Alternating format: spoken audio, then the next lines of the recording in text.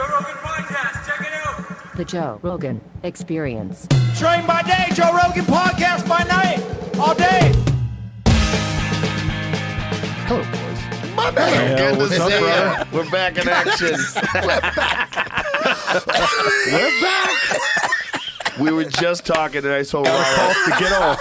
I told Rallo, save this for the air, because Rallo years ago, shit, this had to be like at least 10 years ago, maybe 20. 20 That years was ago? like 2006, 2007. That's crazy. Yeah, so dude. 20 years ago, Rallo calls me up and he says, Tommy Lee wants to meet you. He wants to talk to you about something. I go, okay, sure. So we go to see his concert. That was when he was at Rock and Roll Supernova, Yeah, it the was TV a TV show. That's right. So he had a TV show. It was in and- Long Beach. Right. It was a good show. You and Eddie came. Me and Eddie Bravo came. And then afterwards, first of all, Tommy Lee has the dopest green room. Like, he sets his green room up like a He has a fucking mood. after-hours party. He's got, like, tapestries on the wall and candles and light. Incense. Yeah, you walk in like, damn. Like, His he doesn't DJ just, gear. Yeah, he doesn't just walk into a cold green room. Like, I'm Right, lazy. he got it. Yeah. If I go on the road, I just go, what's your green room? I'll go hang out in there. It's Right. like, it doesn't just walk. But he has it set up. Like, everywhere is, like, calm and relaxing and spiritual. And so I meet Tommy, and Tommy wants to fight Kid Rock in the UFC. This is true. What makes people think they can do this? It's for Pam Anderson's heart. Yeah. Well, wait, well, this is how is it that when they started. were- This is Pam kind of Anderson. how it started. That was that way with Pam. Yeah. Like, they both were married to her. So Tommy and her are always going to be connected because of the kids. So she had split up with Kid Rock, and Kid Rock was emailing her, texting her, I guess, still trying to get with her. Tommy is with her. Not together, but, they were together that day. And she asked him, you're friends with him. Can you call him and tell him to stop calling me and shit? And Tommy's like, I don't want to get in the middle of that shit. Oh, boy. And she's like, if please. So he winds up hitting, him up and like, look, dude, I don't really want to make this call, blah, blah, blah. Of course, Kid Rock took the heat, fuck you, blah, blah. So they're fucking each other back and forth. Goes away. Now, there was some MTV Awards thing. Okay. And actually, let me back up first. We were in Vegas for a New Year's thing, and there was this rumor that Kid Rock was supposed to come with his bodyguard and come to Tommy's room and attack him. Oh, So me, my man Chemo, who you know as well, we're sleeping in Tommy's room hoping they show up. And of course, they go to a different room. They do go to a room, kick a door in, I think totally so they actually went looking for him? and for real? I don't think they went looking for So him. you think I they think it was a big busted up- publicity yeah, fucking busted up stunt. the They wrong signed some room. autographs and they keep it moving. So I'm saying to Tommy, I go, yo, dude, I go, fuck him. I go, you should fight him on pay-per-view. Imagine all the money that would make. I go, I'll fight his fucking security guy. Like, we'll fucking make a whole thing of it. And he goes, man, that's brilliant. Oh, my God. So I go, I'm telling you, I said, you should do, I said, look, either you fight him and you beat him up, or he punks out and you win either way. And he's like, yeah, I like this. So he talks to his management. Of course, it just goes by the wayside. Well, they're having some MTV Awards shit. Security's not allowed on the floor there. They had their own, it was in a casino. They have security for it. While he's sitting in there with Pam, Kid Rock comes up kind of behind him and pokes him, and Tommy sees him, and he goes to stand up, and Kid Rock suckers him there. Oh, he hit him. Yeah. What? And I'm home. My phone is getting blown the fuck up. Like, what happened with Tommy? What happened with Tommy? I'm like, I don't fucking know. Like, I'm not with him right now. And I get a call. I swear, 30 minutes later, and it's Tommy. And he's going, fuck him. He goes, I'm done with that motherfucker. I want to fight him. I'm going to fucking fight him now. He goes, I want you to train me. He goes, I'm going to move you out. I go, no, you're moving to me. I go, we're not going to be out here with all your little fucking ass kissers. I said, if you're going to do it, you're really going to do it. Was he working out at all at the time? No. So, the only working out he does is on the drums, which he does murder. So, That is a little bit of arm Yeah, conditioning. It is, yeah, for sure. That's definitely. like a little punch, Think yeah. about Definitely. speed back Yeah, work. yeah. And I can show you a picture of him with a choke on me, and it's legit. Like, he did train with Horian, and I told you guys he trained some with Billy Blank. So, Does that count, though? That- Billy yeah, yeah. Blanks was, I've talked about this on the podcast. He's for He was real, a right? bad That's motherfucker. right. He was a in his bad day. motherfucker, yeah, He was okay. one of those, Raymond Daniels type karate Really? point fighting character. Yeah, He's a okay. Thai, In the early days. He's a Taibo guy. Yeah, He's so- the Taibo guy, but we'll get to that. All right, Okay. yeah. So we'll get to that. I bring Props him to Billy Blanks. I bring him in, and I told him, I said, look, when we're going to Long Beach, I said, I know Rogan. I can have him come in, and you can tell him your idea. And he goes, all right. So I bring Joe and Eddie. They meet him. He tells Joe he wants to fight him, literally. And Tommy said his Sanctuary was his management company at the time. I don't know if he still is or not. So they call Kid Rock's people, supposedly, and offer this fucking fight on pay-per-view. And Kid Rock's people wound up calling back and basically turning it down, saying whoever loses is ruined for life, I guess, because looking like a bitch, because they both have the rock and That's roll true, tough yeah. guy, that's thing. So that's that literally, was, he said that. Did he say that in print? That's literally how it stopped. Was that in print? What's Whoever loses this is ruined, or was that? Oh no!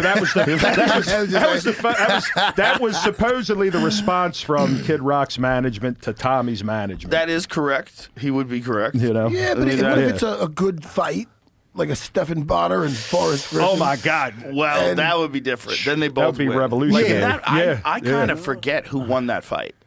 Stephen Bonner, Forrest Griffin. Yeah, right? Forrest won that I know fight. Forrest won it, Yeah. but I kind of forget because the fight was so good. Yeah, it was amazing. That was one of the Really most was. toss-up fights of all time. Yeah. Like, who fucking knows who And won that fight? Dana did the right thing. He contracted both It was of them. amazing. We actually talked about it in the octagon right before he did it. Wow.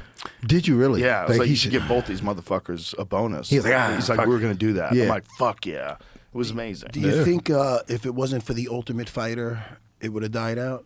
Who knows, man? But it was like lightning in a bottle. Because there was another good fight before that. Diego Sanchez fucked Kenny Florian up, man. It was That was a Sanchez. one-way beating. Yeah. But that was Diego Sanchez coming up. Like, people got to see Diego fight too many fights. They got to see the later fights. They forgot what a monster Diego was, he was tough. in his prime. He was And if you cardio animal. Yeah. Question his grappling. I mean, Marcelo got him, but he was a hung with scramble. one of the best Yeah. of all He's time. just an you know? ADCC. Yeah. Yeah. Is he doing Diego was a okay? fucking. I don't know. Listen, man, you can only get hit so many times. Agreed. And he was at halfway gone before taking Well, he all was those always shots. like this Very open-minded, weird eccentric thinker. guy. Remember, he had Yeah. that guy that was training him that you had a little bit of a disagreement with. What about Yeah. that loser? No, yeah, Joshua that guy was- Fabia. Yeah, don't mention his name. Yeah. Cut that part out. That guy was demented. man. Well, he had Diego hanging upside down, like Punching him smacking in his face. face. Yeah, The video's Yeah. insane. The video's insane. But Diego was like super, super open-minded. Like, he was willing to believe in magic. He was, you know what I'm saying? Like, he believed in himself so much that Diego was like, and he was also like doing weird stuff. Like, he would chew meat and spit it out. He would just chew it down, like get all the juices from it, and then spit whatever's left out. You wouldn't swallow the meat. But he was fun to watch. He'd come out and be like, was yes. a fucking He was a savage. animal, He was a dude. savage. He Yes. was a fucking animal. Steve Maxwell trained him for the fight with BJ Penn and got him in insane shape. But unfortunately, that was the fight where BJ started. That was when BJ was training with the Marinoviches. He was leaping out of pools. BJ was unstoppable. Yeah, back yeah, then. yeah. There was a time where I would say, watch BJ in his prime. I'll put that dude up against anybody. BJ in his prime. There's was no doubt. I always say he's the best 55er of all time. He was like a in that Wolverine. in that window, right? In that Yeah. window We when he fought beat him Matt in his Hughes. prime. Yeah, he was a human Well, Wolverine. Yeah. But you did a lot better with him than I did. Well, I didn't want to bring that I up. thought You did, I but personally you thought had I thought elite Matt won world the fight. championship caliber jiu-jitsu. Yeah. You know what I mean? And a guy like him relies on jiu-jitsu a lot. You know, but BJ was just there's two fights. The Sean Shirk fight. Ooh. The Sean Shirk fight was murdered prime him. BJ. Yeah. Prime Yeah. BJ. And then What the about Diego Kerr? Sanchez. What about Joe Kerr Steveson? Uno? That's Joe another one Stevenson. too. Yeah. But Diego was He like wrecked more Uno, too. highly ranked than Remember? Joe. Yeah. Oh, yeah, wrecked Cal Uno. Well, I mean, Dude, look he what was a beast. Matt, look what he did to Matt Hughes when he took Yeah. the title. Yeah, he was You a know? beast. Matt Hughes was just like, you're coming up to my weight class? Right. Yeah. You know, that type of thing. He was a And, Wolverine. Yeah, he was. That dude would fight people at 200. He fought Lyoto Machida at 200 remember pounds. that, That's yeah. crazy. Yeah. He was a Wolverine. He did good. Forgot about that. Fucking animal. And did real good. Yeah. Scary on the Competitive. feet. Yeah. A natural 55er who fought as low as 45. Remember? He went down to Yeah, he went 45 down- for a yep. while. Bro, BJ was a monster in his prime. And he was well rounded too before guys were super well rounded. Like he threw hands well. If he just had Sick the will takedown to go defense. through those Marinovich camps every fight, he would have been unstoppable. Yeah, BJ would, he would just lose his focus a little bit. I watched a YouTube documentary about like the rise and trajectory and then the later years. It was really well done, but it was all just talking about how there's this prime BJ, and that's when he was training with the Marinoviches and incredible conditioning, and he could just go fight and not worry about his conditioning. Do you think it wasn't laziness, right? What do you think it was? A lot of friends, a lot of partying. Yeah, he's the king of the island. yeah, for he's sure. basically the king of 1000%. Hawaii. For sure. Like, BJ Yeah, Penn for was sure, the yeah. king. Everywhere he would go, people were like, it's BJ. I mean, he was the king in Vegas, man. In those prime years when he was the champ, he was a huge star. So I'm sure he's a huge star in Hilo. He's probably hanging out with the boys all the time, having a good time. Plus, his family had influence there, right? They had money. They had some and, money. Yeah, He yeah. didn't come from poverty, but it's just like that. It just was real hard to maintain those kind of camps. Those camps are insane. He was also super talented. Super so it's like he didn't have to work as hard to still beat up people, like in practice. It definitely and came like easy. His flexibility and leg dexterity. Oh my was goodness! nuts. Yeah, that's So pretty I remember when I fought him and we were doing a rules meeting. This is the time where we could ask questions like they did everybody in the rules meeting. And I'm in the rules meeting and Frank Shamrock was in his corner and Frank's like, "Are we allowed to in guard kick him in the head?" I'm like, how the hell? Like he was talking about his flexibility, just wrapping around the back of my head and kicking me in the head from there. And I was like, what the hell, is this guy insane? Right. I was like, how the hell is he going to be able to kick me in the head from there? But apparently BJ had that flexibility to be able to do that. Put his feet behind his head. He could do double lotus without using his hands.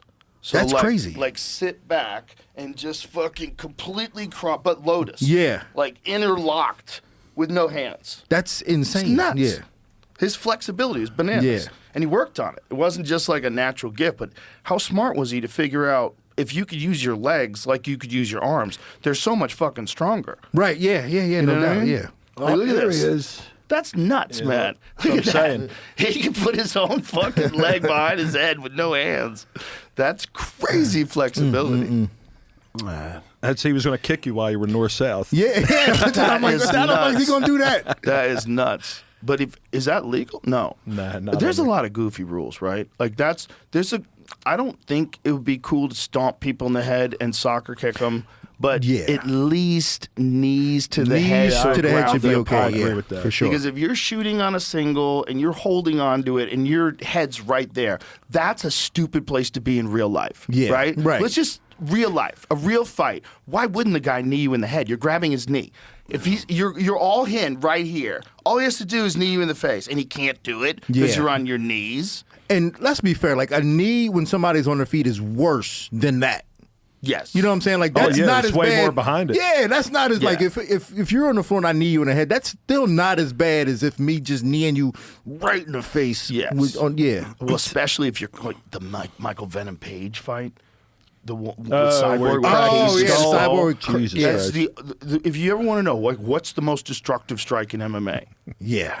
the most amount of power you can generate has got to be a knee. A flying knee. While guys coming when in, a guy's like shooting in on you. The only thing I'm not a fan of is the kick, the jab, the kick to the knee. I agree. Oh, the I'm not a oblique fan kick? of that. Oblique kick? I Like, agree. yeah, like Side you kicks to saw the what knee. happens Yeah. if you hit it right when Yeah. Khalil did it. He did Yeah. Modestus. Yeah, Modestus You know, Bukowski. but like Horrible. my opinion there is it's just something that if you hit it right, it's an injury's coming and not a good one. You can't tap. It's not like a knee bar or something. Exactly. So I kind of think if you can't kick a guy in the side of the knee for that reason, why should you be able to fucking If you can him kick in the square to knees, it? you should be able to kick in the nuts. Yeah. I'm gonna be real. I need. What are we Yeah, doing here? What yeah. are we doing here? We're pretending like Right. you wear a cup and I can kick you in the nuts. Right. There's some good cups out there. I'll get a steel one. It's crazy. Like why do we have some You weird know, rules like that? Yeah, it's crazy because like every time somebody gets kicked in the nuts, you say it. You always say it. Why don't you get a steel cup? Yeah. The fact that no one has a steel cup to me after It's all this time is ultimate unbelievable. Cheat code. And it's ultimate Yeah, cheat that's code in grappling too. Oh, hip into somebody. Yeah, if or I got arm your lock back with and that I'm like, thing on. Yeah. You guys remember Amir Renovardi? Yeah. That's a long time ago. Yeah, a long time ago. I trained with him at Legends, and he mounted me, and he put his cup in my solar plexus. Like I was ready to tap from his dick. You know how humbling that is? All right, imagine my 265 doing that to people. You know what I mean? And I always wore a cup when I train. Ribs. You know. And Guys it's also fuck that. as a lever for an arm bar. Oh, It's man. like a rock. A You got knee a bar or rock anything. there. How Yeah. you going to slide your elbow past that? You know, it's a weird fucking look when the guys wear the whole spandex and they have that steel cup. So they got like a big fucking dick in their fucking Shawnee Carter cup? Yeah, it's fucking. That's a Yoel Romero. You remember move. that? Right. Remember that Shawnee Carter cup? I think Eddie fucking talked about it for the entire fight. It was a King of the Cage fight, and Shawnee was fighting, and he had a giant cup on. And I swear Eddie just commentated about the size of the cup. It was hilarious. Bro, in the Taekwondo days, they had ones you'd put on over your pants. So you'd have your gi pants on, and then you'd put these ones on over it, and it had like this big strap. It'd go right up to your taint, like literally to your asshole, and then go all the way up like this, and you would strap it in. But it was way better. It was way better because Was it like a boxing cup? No, it was it was just for Taekwondo. It was just literally designed to wear outside. So you could kick and with that's it, when I I guess. realized, like, oh, you can never wear regular cups. Like regular cups move too much. It's just sitting there, Right. and sometimes your nut gets caught between the cup and your leg. When you get hit there, it's That's- way worse. And I think maybe the UFC should make that mandatory. 100%. Like, why if you would have it- to wear yeah. a mouthpiece, why don't Yeah. you wear compression shorts? Yeah, for sure. Wear those like the Diamond MMA ones. That's a cup I have. I like that Legit. thing. Yeah. Legit. And if you don't want to wear steel, that's fine. Right. You don't want to have dental floss up your asshole. Right. and Have them tied on. It's uncomfortable, but that's. I would think if I was advising someone, I'd say get a fucking steel cup before they outlaw it. Because they should have outlawed it a long time ago. You should have to wear that though. I mean, it would If you're eliminate all the smart- nut shots. If you're smart, you would wear a steel cup 100%. If somebody kicks you in the nuts, it'll hurt them more than it hurts you. Like it protects you from everything. Mm-hmm. It's uncomfortable. That's all it is. Just uncomfortable. So Well, what? I mean, so's fighting. yeah. Someone's fighting. Someone's getting kicked in the nuts. Yeah. Yeah. Dude, I can't believe it's legal. I really, it's like one of the. How do you have steel in there? But who You're does that? I don't think anybody has a A steel bunch cup. of guys Do. do. They? DC wore it every fight he had. Oh, shit. Yeah. Dude, it's you. Imagine a guy diving on a double and you hip into him. Ooh, man. You're slamming his face with your dick. And your dick is covered in metal. Your dick's covered in metal, and that's legal. Yeah. You have to have pads on your knuckles. Yeah. You have to have pads on your knuckles. You got an armor plate over your cock. Yeah, I would definitely wear that if I was fighting. Yeah. I'm selling them. Why not? I'm going to start selling them on my website. Because it's like, there's no way that should be legal. Yeah. Like, how is that legal? I don't know. It's fucking metal. You're Oh, bringing man, yeah. metal into the equation. A foot can hit metal, a knee can And hit you metal. can do that, and the fact that no one does it. It's not. Well, a few guys do it. We were talking about different guys who've done it that are currently doing it. And I know DC did it, but there's a few guys who still do it. And we were talking about it on one of the broadcasts. I don't remember which guys he was pointing out, but there's a few guys. Yeah. Kenny Florian always wore a steel cup. But the fact that not everyone got does that it from is what- Delagrad. Yeah, for sure. Delagrad for sure. Was like, hey, wear this. 100%. Yeah. Damn. Yeah. That's fucking You ever hear when interesting. Delagrad starts talking Thai? No, I He never heard speaks that. fluent Thai. Does he really? Wow, He's that's got that. crazy. He's like a guinea from Yeah, from Boston. Yeah. When he talks, he can talk to Thai people. It freaks them out. Really? Oh yeah, man. He spent Yeah. a lot of time in Thailand. Combat Sports takes center stage this Saturday with the new DraftKings Predictions app, now available in California, Florida, Texas, and more. You can make real money predictions on Saturday's biggest fights. There's always something to predict. Pick a topic, make a prediction. Will the main event go the distance? Will there be a knockout? Which fighter will win? Lock in your prediction before the fight or jump in live as the action unfolds. When momentum shifts, you can stay with your position or adjust based on what you're seeing in real time. Download the DraftKings Predictions app today with code Rogan. New predictions, customers trade $5 and get $50 in predictions dollars with promo code Rogan.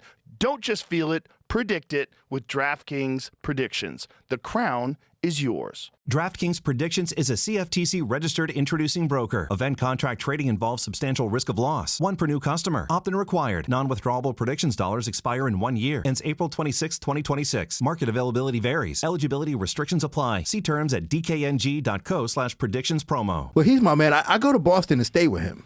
Oh, I love Yeah, that yeah, and dude. his I wife love always that cooks dude. for me. What a He was a great trooper bunch of on, people. He's on a the Ultimate maniac. Fighter I love 4. that dude. On the Ultimate Fighter 4, we didn't have assigned coaches, and he would just work with us like anytime we needed him. Yeah. You know what I mean? He was great. He's And he would great, let us dude. tackle him and fucking mount him and you know what I mean? 'Cause Yeah, did he was jiu-jitsu awesome. as well. Yeah, he's great, Mark. He's a good He's a dude. really good coach too. Yeah. You know who was really impressive working with him was Kevin James. You know, Kevin James, you think of him as the King of Queens. He worked with Mark a lot, and Kevin's been my friend for years. But I really hadn't seen him hit pads. I saw him hit pads with Delagrati. I was like, what the fuck, dude? I'm like, that's good. Like, this looks good. Nice. Yeah, He's like, Mark will make you look good. Mark will Mark's make you a look good good. fucking Yeah, for sure. coach, man. He's a really solid coach. Gave Longo a black eye. Did Longo he? he sparred one time with Longo, Kevin James. Did he really? Longo was walking around like fucking Petey from the Little Rascals. That's awesome. Kevin's he's a deceptively fast dude. Yeah, he's athletic, for he a was, big dude. When I first met him, he was jacked. He wasn't Nice. as big as he got at one point in time, but he's always kind of seesawed back and forth. But he was a karate guy. He was always doing karate when he was younger. Yeah, he's super athletic. There he is. It doesn't look as good there. Kinda looks like me. Yeah, it looks like me in the offseason over there. I think that's when he was just getting into it, honestly. Right. But he had Delagrate staying with him a while, and Delagrate was training him. Yeah, I saw him in Killcliff, just like blending in with the guys. Like he wasn't like standing out; he was just at Killcliff, Just working training. out? Yeah, Oh, blending that's in with the awesome. guys. Yeah, Nice. He's a great guy. I've known him forever. I just seen him in either Becky or The Wrath of Becky. Oh yeah, that's Good. right. It's not a bad That was show. It's not a great. bad- He it's plays about- a psycho. And the girl in it is great. It's Yeah. the girl's like a little psycho girl. That's a fun movie. It's fun. Yeah, Really yeah, yeah. fun. I Really think it's the fun. first one called Becky. And he plays a villain. He plays The other guy that did it was Joel McHale. There you Joel go. McHale played the second psycho in one of the other movies. I forget it was either the first or the second one. I think he's in the second one, The Wrath of Becky. Kevin was These are awesome good. at that. These are good movies. Kevin played a good psycho. Hey, did you ever see the Night of the Seven Kingdoms? No, I haven't seen that yet. I'm telling you I'm now. gonna watch it though because I'm in the middle of finishing the first season of the first all Game of Thrones. Oh, The yeah, first- yeah. What, you're doing it over? yeah. Oh, you've seen it already. But I haven't seen it since like 2015 or But 11. awesome or shit. something. Show's Yeah. amazing. It's fucking amazing. I forgot no, so it's great. much. Yeah. so good. It's fucking awesome. This, you don't even have to watch any of the Game of Thrones because this takes place 90 Yeah, years it's before before the it. first events of the Game of before it. Thrones. Sir Duncan the Tall. Yep. And it is so good. It is good. So well done. And it's based on the novel. I'm a fucking nerd. I read the graphic novel of it by George R.R. Martin. Yeah, yeah. And I read it back in the day, and it's so great.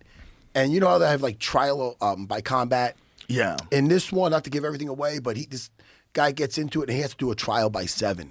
So it's 7 on 7 nights. Yep. And it's like one of those things. He's a hedge knight. It's fucking really. Yeah, it's good. What I like It's a great about it story. is. Did you ever watch The House of the Dragon? Yes. It's a lot of cool shit. Yeah. But This there's precludes nobody that. to root for. They're a bunch of pricks. Right. Right. One's worse than the other. Right, right. I mean, back in Game of Thrones, Jon Snow, he had, Right. Ned Stark, guys Sure. do even some guys that are, even just great characters, and some Yeah. guys that are on like the Hound, who's Yeah, like the anti-hero. But with this one, it's just a fucking good, solid dude trying to do the right thing. Yep. And by trying to do the right thing, he gets into some trouble, and it gives you it's like being righteous and have like real heroics, like you know what I mean, like some shit's that's missing nowadays because it's all about getting a fucking message in there or making shit diverse, which I love though. You know what's really funny about that? Dean. Game of Thrones was like a feminist series.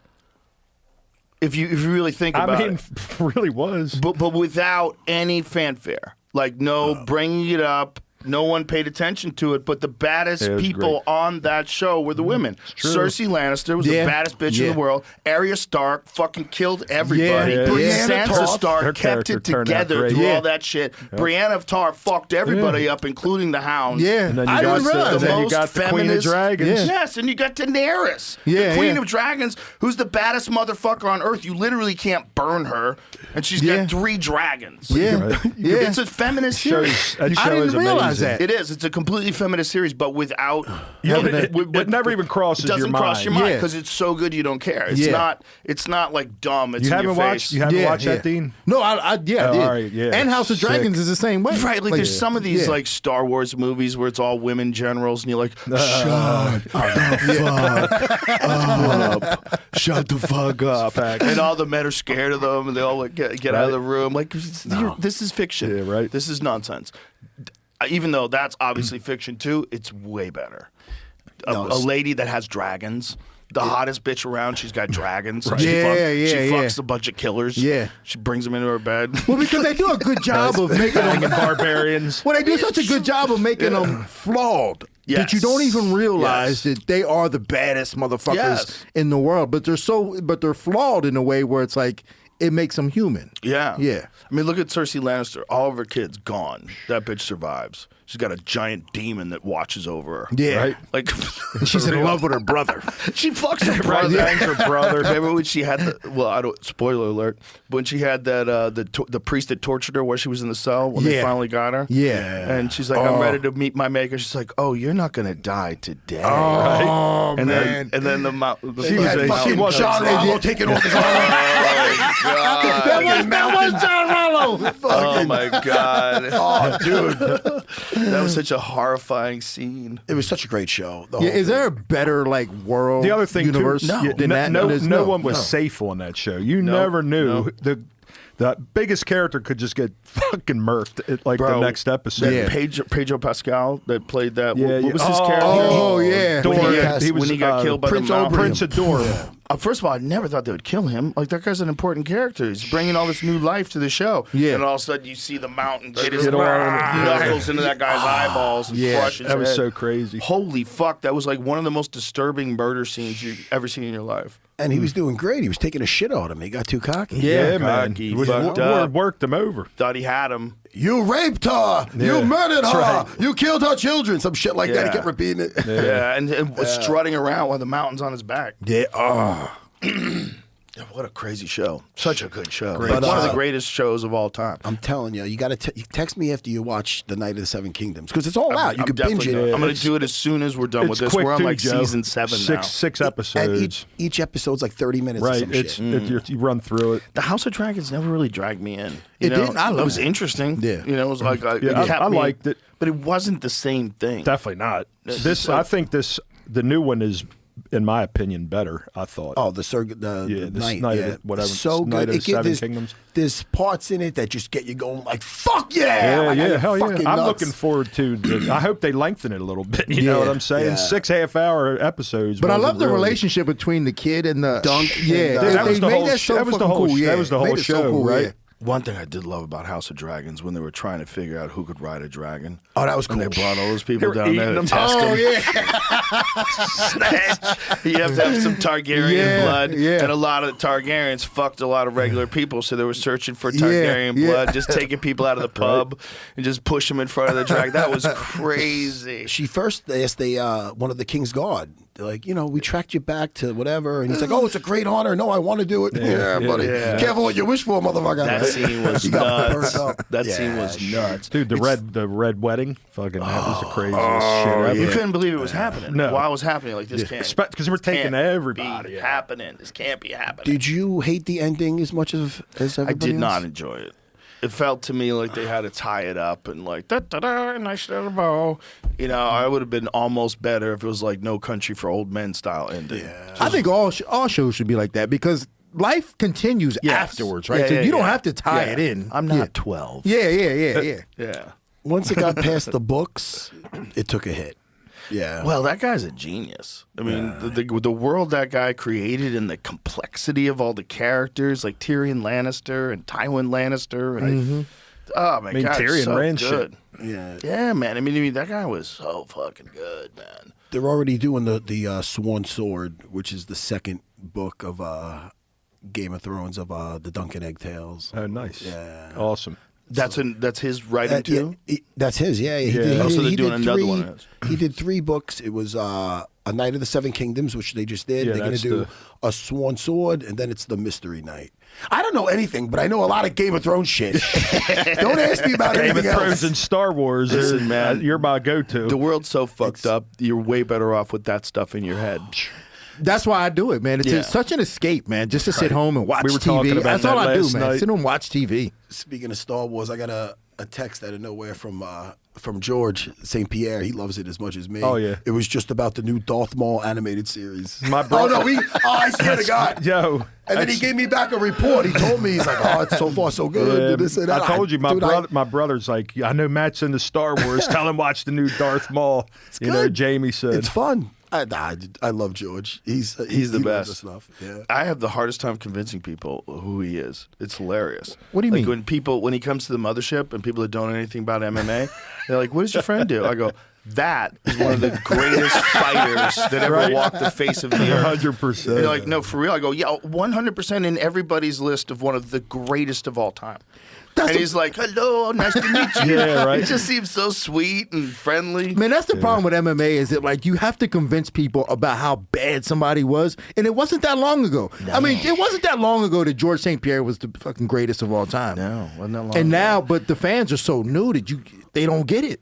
They don't go back and watch it. They had to go back and watch the John Fitch fight. Oh man. Yeah, prime GSP. He was- prime. He was terrifying. Incredible gas tank, great flow between grappling and striking. Very creative. He put that shit together the best. It's why he had such success taking everybody down. Like his Yeah, level, he man. would set it up, his level change, and he ran through every takedown. It was never Yeah. He shoot was and so get good at that stuffed. He shit, was yeah. going to run you across the cage. George was phenomenal, and then I think Faraz Zahabi was a big part of that too. Faraz Zahabi's a bad motherfucker. Yeah, he's smart. You ever watch his YouTube breakdowns? Of Sometimes, fights? yeah. He's incredible. He's he's incredible. very astute. He's so knowledgeable of the game, of every aspect of it. You know, His brother is doing well. Yeah, his And brother's fighting at the and White he's- House. He's Yeah. fighting Sean O'Malley, and I think people are sleeping on him. well, You listen, know he what I keeps winning. Yeah. He keeps fucking winning. The one fight that he had that was kind of a little controversial was Aldo. Remember Aldo almost had I him don't. out? Yeah, for sure. I'm not sure he won that fight. Because I think they're not being generous enough with the 10-8s and the 10-7s. They don't do it enough. Not enough. No. There's when a guy just tunes you up for like a minute and a half of the round and you almost go unconscious. You know, like that means a lot. I hate the fact that they don't use it enough, all because like Dana was like, "Oh, I don't like it," and now the judges are just like, "No, we can't do it because." Listen, the scoring system sucks Yeah. because we stole it from boxing. It's not. Yeah. It doesn't have enough points. for sure. It should be like you should get like a certain amount of points for different things, but it would be really hard to calculate because it would have to be subjective. Like if Pereira hits you, it's way harder than if someone's like Paul Craig. Right, Like, yeah, no right. disrespect, Yeah, but but you know what I'm for sure, saying? it's a big The difference. consequences are very different. So if he hits you with a left hook, it's different than if Pereira hits you with a left hook. So that's subjective. But in terms of like what happens in the fight, you should be counting in submission attempts. You should be counting in takedown attempts. Like who was more aggressive, who was more defensive, who implemented their strategy. You should have like 100 points to work with. Absolutely. As he got 10 points, why are we only using 2 of them? It's 9 nuts. into 10. Why? I don't get it. It don't make any sense because there's 10-9 rounds that are like, could be anybody. And there's 10-9 rounds for where sure. he dominated. That's Well, nuts. well, see, like UFC BJJ uses that, and it works better for that because they're very liberal with the 10-8s and 10-7s. They use it a lot. They're like, if it's close, it's a 10-9. If it's one-sided, it's automatically a 10-8. So they use it it makes a more lot. sense. That does make more sense. But even in BJJ, I would say you'd need more points. You need it's like the difference between a 70-30 round where a guy's dominating you 70% of the time and a 51-49 round is fucking huge. Yeah. It's No huge, doubt, and it for doesn't sure. reflect it in the scorecards at all. Yeah. So, like, you could win a 10-9 round the first round where it's like you're barely ahead, like maybe I'll give it to you. And then the second round, that dude fucks you up. and he gets a 10-9 round because you didn't go down. Yeah. But he's head kicking you, and you're blocking it. You're getting teeped. Your legs are getting kicked all the time. It's still a 10-9 round? That's nuts. No. Just because you didn't go unconscious? Just because you didn't get knocked down? I think my ADD's kicking in, but we're talking about the close calls, close scoring. I thought he should have got that nod against fucking Evloev. Yeah. I thought so too. I didn't think there was the guy got on the he one got much one question to me. reversal at the end, like a minute 30 left, and Aljo was winning that whole first round. Aljo is a nightmare for a grappling expert. He could be undefeated at 145. He's a nightmare because if your whole thing is grappling with people and you got to grapple with Aljo, you got problems. Yeah. That dude gets your back. He's got him and Jan grip. 10-8 round. Like he was just on his back. Dominated the entire him in that second round, fight. and they don't. And no, how is that not a 10-8 round? He's fighting Youssef Salal soon. I said, Yeah, Yusuf's allowed, and that's on the 25th of April. Yeah. But I mean, I think if it hits the ground, I think there's levels to this. yeah. Did Aljo over Jan in the second fight? Was that like the best anybody's ever done with Jan? Oh, Yeah, straight no doubt, right? for sure. His control is just so good when it hits the floor. That's the difference between him and Marab. Marab can keep getting you down and up, down, up. Right. Aljo hits the floor. Yeah, you're not If he, getting or away. not, he just needs back exposure. He's one of those. Some guys, they can't jump up on the back. It's not good for them. They're going to get tired.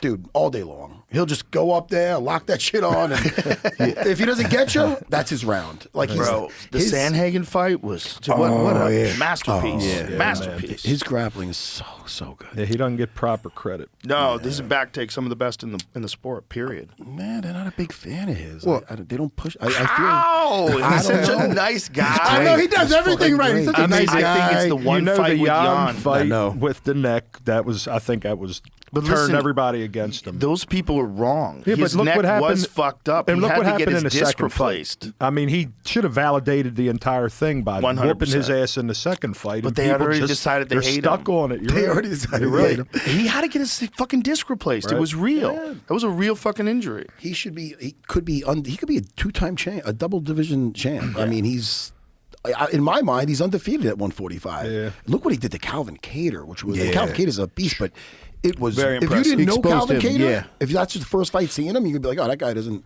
belong here, which he obviously does. He's a beast. But Aljo was masterful. He know what it is. He's good at not getting hit. So it's like he's not giving you that back and forth and Longo says you've seen 20% of what he could do stand up and standing up. Like I'd ask him something, he's like he could put his foot wherever he wants it, like about a kick or something. He's just really, really talented, man. I hope he gets his shot. If he takes out Youssef, I hope they give him a shot again because I think he could be a two-time champ. Listen, he's still a bad motherfucker. Like he's a nightmare for everybody, especially if he gets a hold of you. Yeah. But I mean, people look at the one fight losses. They look at the Sean O'Malley fight. Like Sean caught him perfect. That's just how it goes. And his head wasn't really in that because he didn't even want to be there. Nope. Why didn't he want to be there? They made him fight. They made fight him fight that fight. He didn't want to fight. Yeah, Yeah. Why- They did like a whole documentary on it where it was like they kind of twisted his arm to be like, you got to do this, and they were. Was and he injured? Why I think he was injured. It was a He- quick turnaround. Yeah, That's quick what it was. turnaround. It was too quick a turnaround. He's the Yes. champ. Yeah. He didn't feel he should be forced into, But he thought the number. He thought the pay-per-view numbers was going to make up for it. He thought he was going to get all this money from it because he was like, all right, I'll do it. Sean O'Malley's going to bring in the numbers. Then he said, when it was over, he saw the numbers. He was like, if I knew the numbers was going to be like this, I don't think I'd have did it. Really? Yeah. So it didn't do well. It didn't do as well as he thought he was going to do based on Sean O'Malley's presence. Listen, man, it takes a lot to get people to pay for something today. There's too much Too other many ways shit to see. seal it. This Paramount thing is genius in Yeah. that Yeah. regard. Yeah. Is that all you have to do is have that app, Right. which a Yeah. lot of people have already anyway. Yeah. That's genius. But to make people pay every time to watch fights, like, there's so much to watch today. Well, that was the one thing that my people at ESPN told me. They was like, it's a big difference between being popular and then having people pay to watch you fight. Yeah. Like you can be popular, but ain't nobody paying you to fight.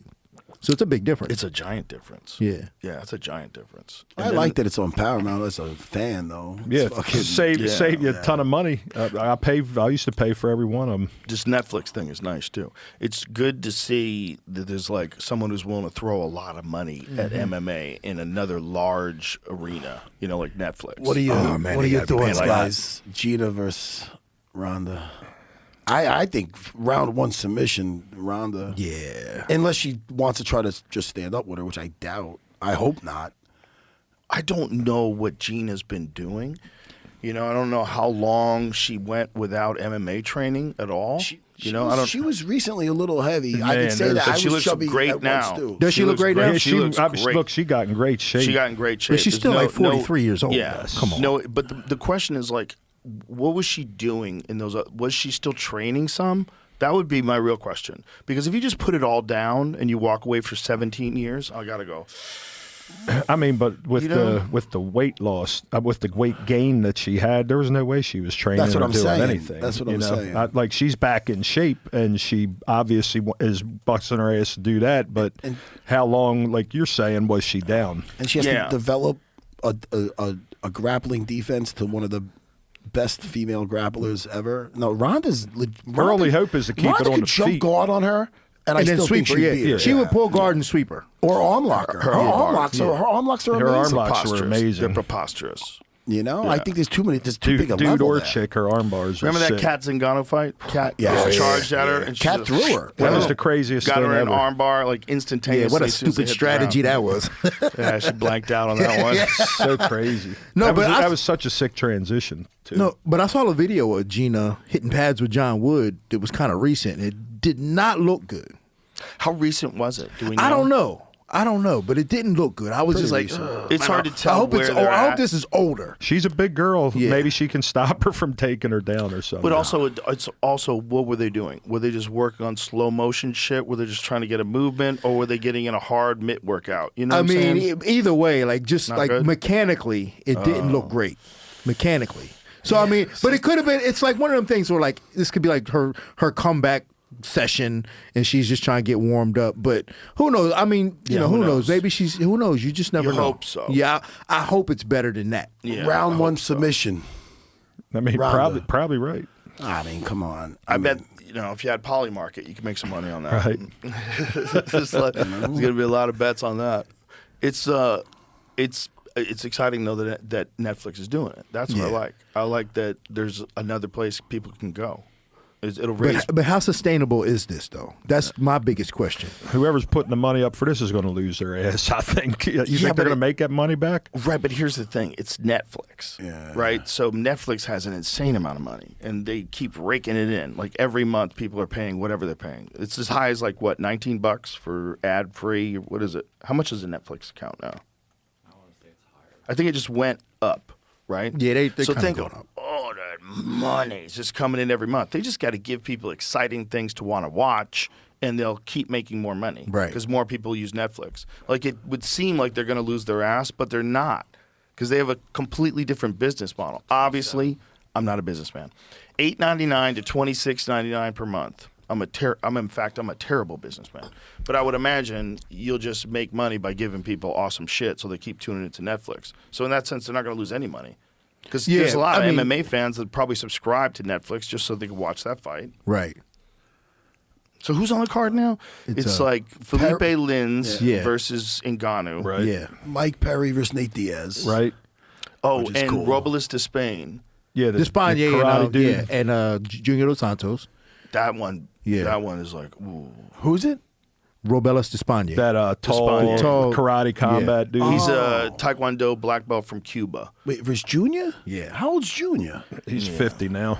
Is he 50? No, he's close, but he's in good shape. I actually we spoke at a high school a Oh, couple good. of months ago. Well, yeah. I'm glad to hear that. I mean, at least these guys get an outlet to make some extra Yeah. money. Yeah, man. Who doesn't want to see Mokaev Diaz versus and Perry? Adriano Moraes is that's a Mokaev's probably gonna school him, but I mean they're giving guys some opportunities, so you gotta like this. Absolutely. Yeah, absolutely. It'll be a big show. A lot of people will tune in. Diaz and Perry's going to be fucking bananas. That'll be really fun to watch. Yeah, that'll be worth the price of admission. Yeah, Imagine that if that was fight's 10 years gonna be ago, nuts. that fight would I'm be looking really at this. amazing. It's like if the GLLA went to fucking it came true. That The fucking GFL? Remember that Grandpa League? That was no, not everybody. they just stole all their talent. Bro, Diaz versus Perry, guaranteed dogfight. Oh, yeah, Just that's a gonna be- guaranteed Yeah. dogfight. That will not be a Who do you boring think wins fight. that? I think the jiu-jitsu is going to be too much. I kind of think that too. I kind of think Nate might just drag him deeper, right? We're gonna see. We're gonna see. Oh, it's 5 rounds? 5 rounds. That's crazy. 5 rounds is crazy. I wonder why they agreed on that. Interesting. Yeah. Why do you think they agreed? I on didn't that? realize Is that. the Gina fight 5 rounds or is it 3 It's rounds? 3. When they first announced Ronda this, and it Gina? said 5x5 for everything, but they've So- changed a bit. well, So it says 5x5 This one right says there. 5? Yeah, just for those two though. This one does not. Oh, it doesn't say that anymore? doesn't. No. And it Maybe also says these are the main event. I mean, I can't imagine Bro, Gina was imagine asking round for 4. 5 rounds. Well, actually, it does. There it does. It says it real. It's hard to see it. Yeah, 5x5 Right. professional. Yeah, okay. Bro, Lorenz Larkin back in the day. I remember he fought Neil Magny. He was hitting him with oblique kicks to the chest. And I was like, I do not think I've ever seen anybody throw it that way. You ever see that fight? No, I don't Bro, remember that fight. He tuned Neil Magny up. Did man. he? Lorenz Larkin was a bad motherfucker. I do remember that. Like he had was a so good little sharp. run. He was Yeah. his striking was elite. Yeah. And when he fought Neil Magny, Neil Magny's a tough fucking dude, man. Durable guy. Durable, incredible discipline and endurance. Like that dude's never out of shape. And he was just getting look at this. Ooh. I mean, he's throwing an oblique kick to the ribs. That one there, he just hit his arm and knocked him down with it. But earlier, before that, he caught him on the rib cage with is it. Sparta. Look at that. Look Oh, at that. sorry. Bro, that's Yeah, crazy. he gave him a Sparta kick. That's the second look at it. But right here, you're seeing him. He's blasting him with this kick that nobody throws like that. That's a crazy position to put your hips in. Right? That is crazy. Bro, he was sharp. How did man. this one end? He stopped him. Oh, did he? Yeah. Oh shit. Yeah, Lorenz was all over him, man. It was one of the prime performances that I've seen of him fight. Yeah, he had a good little run. He had a great run. But during that run, and this was like he came from Bellator, right? Yeah. Yeah. And when he came over from Bellator, it was like he was still like red hot. Yeah. Red hot.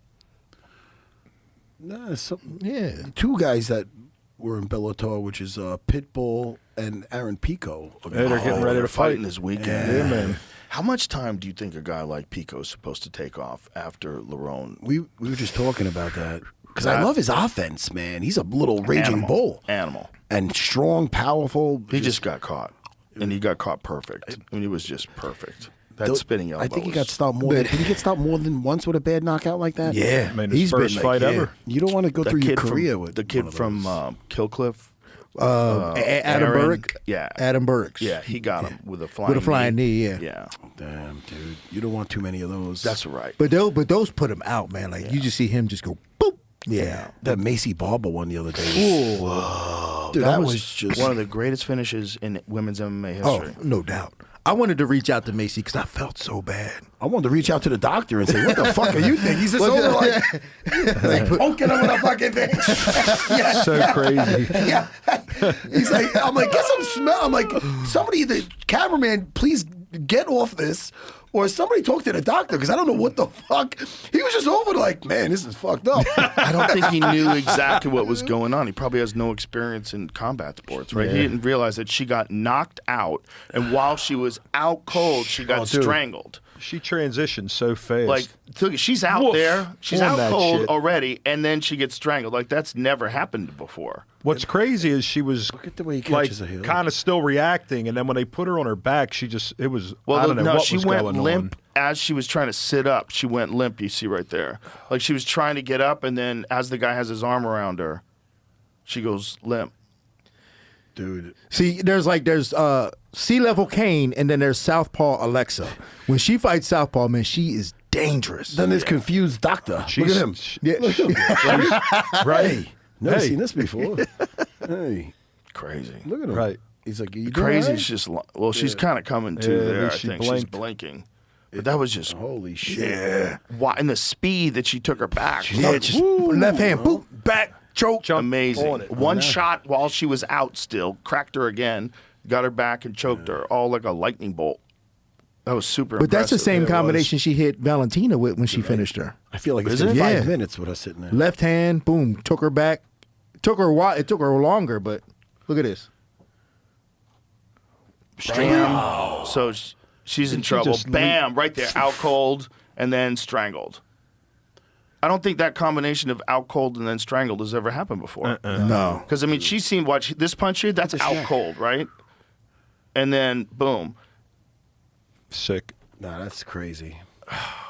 crazy. She's tough, man. Oh, Someone man. fall backwards in front of you after the knocked out. You know. Well, so here's the thing. She gets up, and when she gets up, I think she faints. Like, I think she tries to get up. Just went and out then again. Mike puts his arm around her, and she's out. Oh, I think she man. fainted. That's just scary. It's scary. And she also had some problems before with seizures. Yeah.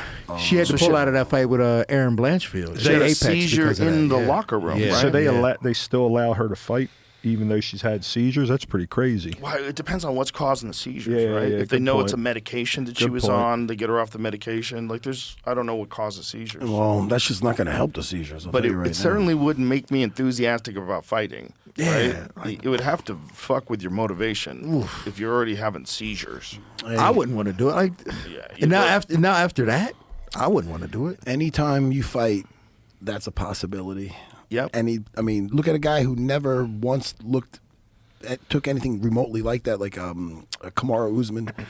And even in a fight where he's just doing so great, and then that's the closest thing I seen to that, which is when he got stopped with that head kick. Yeah. And, that's a possibility anytime you make that walk. That's why you got that fucking little feeling in you.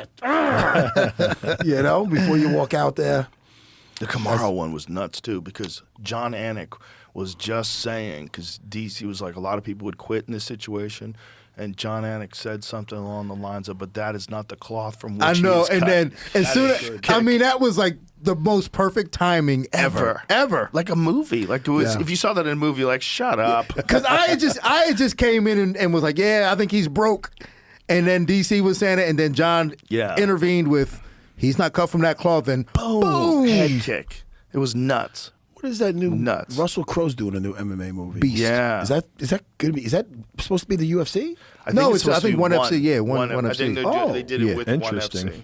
Yeah. Yeah, I wonder if that's gonna be. Yeah, good. but I mean, like, who's the fighter's like my age? I'm like, yo, what's going on here? Maybe it's a Coming comeback. back. Yeah. Like Randy Couture won Yeah, the title in his yeah. 40s. You know? Yeah, man. One has some wild striking fights, man. Yeah. Some of the absolute best stand-up fights in the world are happening on one. I watch it all the time. I never know when that shit's on. Yeah, Bro, when is there's that on? Where do you watch it There's at? this fucking cat out of Dagestan. Do you guys know who I'm talking about? Asadullah Imangazaliyev? Bro. This dude is, I think he's 135 pounds. I think that's what he fights at. And he's like 6'1", and just a laser beam striker. Just fucks people up. Like, literally might be the best striker in the world. Is it just kickboxing? Yeah, and he's getting in there with Muay Thai. He's getting in there with world Muay Thai champions and KOing them. Like 3-time world Lumpini Muay Thai champions. Damn. Lumpini Stadium guys. This guy is Ooh, a look at that body fucking shot. straight killer, dude. And he's from Dagestan, and he can wrestle. Damn. You got to let's see if you can find like a highlight reel of his KOs, because this is just like get on YouTube. That and find body one. shot was nasty. I watch this cat every time he fights. I just can't. He's so fucking accurate, and he's so slick. How old is he? He's 22. Oh, Damn. Yeah, man, I'm telling you, this 22-year-old cat from Dagestan might be the best striker on earth right now. This dude is so impressive. And I'm telling you, he's doing this to dudes who are world champions. shit. He's taking out world champion kickboxers, world champion Muay Thai fighters. They're putting him in there with these fucking assassins, and he's making them all go night-night. Oh, damn. Bro, you got to see it in real speed, like you see his real movements. It's so impressive. Is he with Habib and Emino? I don't know where he's training out of, but he's from Dagestan. Damn. Bro, He looks like Zabit. yes. Yeah. Like a little bit more robust Zabit. But it's like, it's different. Like Zabit had more of a, he had an incredible style, but it was almost like more Taekwondo-ish. This guy's pure Muay Thai, but he just fucks people up, man. Accurate too. Oh, he's spinning heel kicks, everything, knees to the body, but it's the combinations, the way he's throwing them. He just finds these openings on people with this precision that you're like, motherfucker, man. He keeps the pressure on. He keeps the pressure on too. He's just flatlining folks. One after another, flatlining people. Oh, man. Bro, he's very fucking impressive. And again, very impressive against world championship caliber Muay Thai fighters. These are not scrubs that he's fighting. Damn. And one's putting these fights on all the time. And I was trying to tell Dana this. I was like, if you guys had like UFC striking, do you know how fucking exciting that would be? If just Muay Thai with MMA gloves on. Well, they should do that. They do it with the BJJ now. Yeah, they do it in one. 100%. They're missing out on a giant opportunity because how many people boo when a fight goes to the ground? Boo. Yeah. These guys never go to the ground. Right. It's just all And stand-up kickboxing is so much kickboxing. more brutal than boxing. Way more brutal. Yeah. It just didn't get a fair shake in America. I know. It's not that it's not exciting. It's the Yeah. most exciting aspect of the UFC, other than a great submission like Alexa Grasso after a knockout. That's like the most exciting. Hey, This episode is brought to you by Visible. Let's be honest, wireless can feel like a world of traps, expensive bills, tacked on fees, and promises that just don't hold up. You start to feel stuck. Don't fall for the trap. Escape to Visible, the ultimate wireless hack. Get unlimited data and hotspot powered by Verizon. One line for just $25 a month, taxes and fees included. Get great coverage and a reliable connection with Visible. Plus, for a limited time, new members can get the Visible plan for just $20 a month for 1 year using code FRESHSTART. Refresh your wireless with Visible. Switch today at Visible.com. Terms apply. Limited time offers subject to change. See Visible.com for plan, features, and network management details. people bitch about Khamzat. I could watch him do that to Drakus all day long. I don't give a shit. That's masterful. Masterful. Get him off you. Yeah, that's right. Get up. People are like, oh, that's a shame, and he doesn't take chances. Dude, he's not like he's not trying to beat the shit out of him. He's getting him tied up, and he's beating him up, and he's working him over. I mean, what do you want him to stand up in a crucifix? Yeah. Like, what are you talking about here? Yeah, I mean that's Drakus' problem. Like Drakus need to get him. Yeah, 100%. And I don't believe in stand-ups at all. Period. I think the only time you should stand up is someone fouls.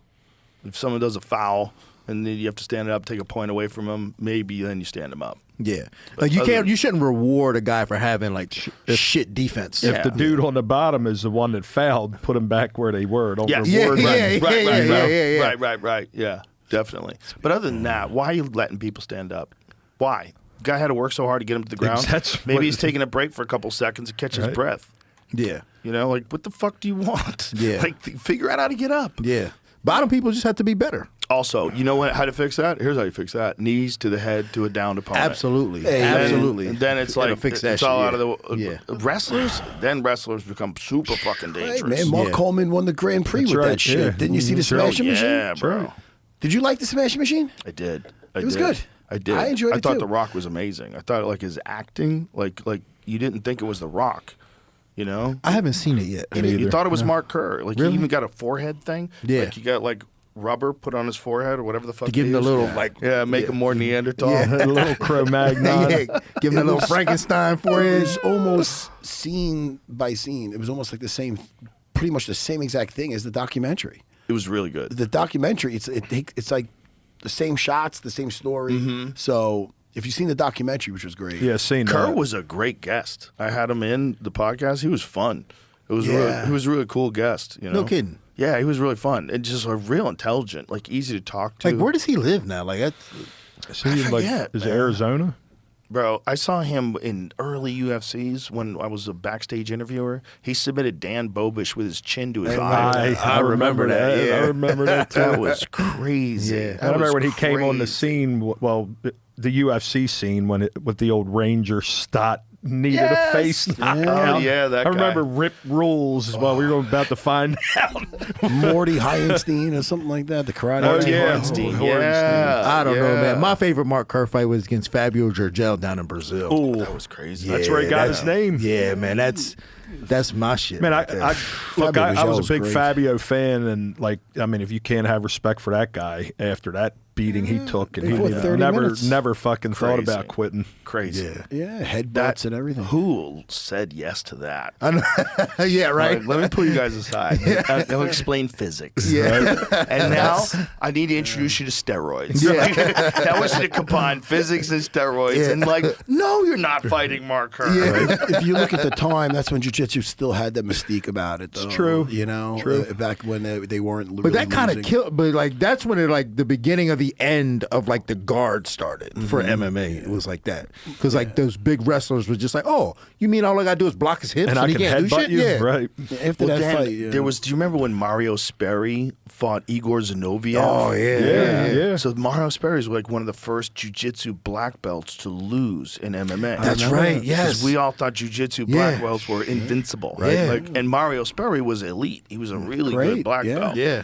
And so he fought Zinoviev, and Zinoviev stopped him. I remember that. Yeah. And Mario was doing everything right, mounting him correctly, but then he would just do one of those weird, like super big bridges, and then because he had endurance and he was able to just withstand his attack, he ended up cutting him or something towards the end. Yeah, it was a big cut. They stopped it from a cut, right? Speaking of old school guys, guess who was at the UFC last week? Murillo Bustamante. Oh yes, he was Only a cornering guy there. to make Jose somebody Delano. tap twice Yes. in a world title Matt defense. Lind. Made him Matt tap Lind. twice. Yeah. He also fought 45 minutes. He fought Tom Erickson. Tom Erickson, for 45 Remember minutes. that? Oh, yeah. I thought Jiu-jitsu Murillo guard. beat Chuck Liddell too. Honestly, in that fight. He might have. Yeah.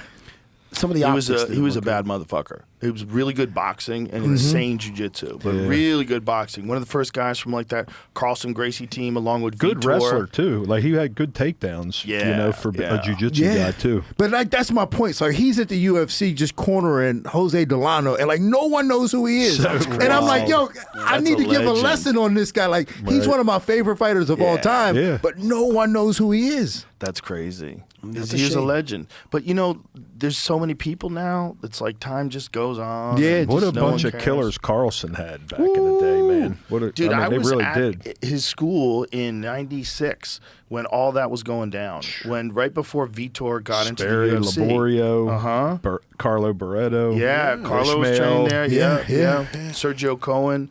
He had a bunch of beasts, man, and we would watch them all train together. Mario Sperry was telling us a story about how when he was just starting out in jiu-jitsu, he made his girlfriend sit there, and he just put her in triangle after triangle after triangle. And she kept complaining. It's just That's hysterical. watching TV, just practicing triangles on his girlfriend. Hilarious. And she We were lucky to. We were talking last night about how fortunate we were to come up when we did, and like even back at Henzo's, and you had Henzo, and you had Hein coming through, you had Half coming through, you had Matt, you had Ricardo, you had Sean Alvarez. Like we just had a ton of killers, And back then, it was. I always joke about the tap out shit, but if you saw somebody in an airport in the '90s with a tap out shirt on, you were like, "Where you train?" Right. Then then it went to like JC fucking Pennies, which is cool because it was except Now Forever it's 21.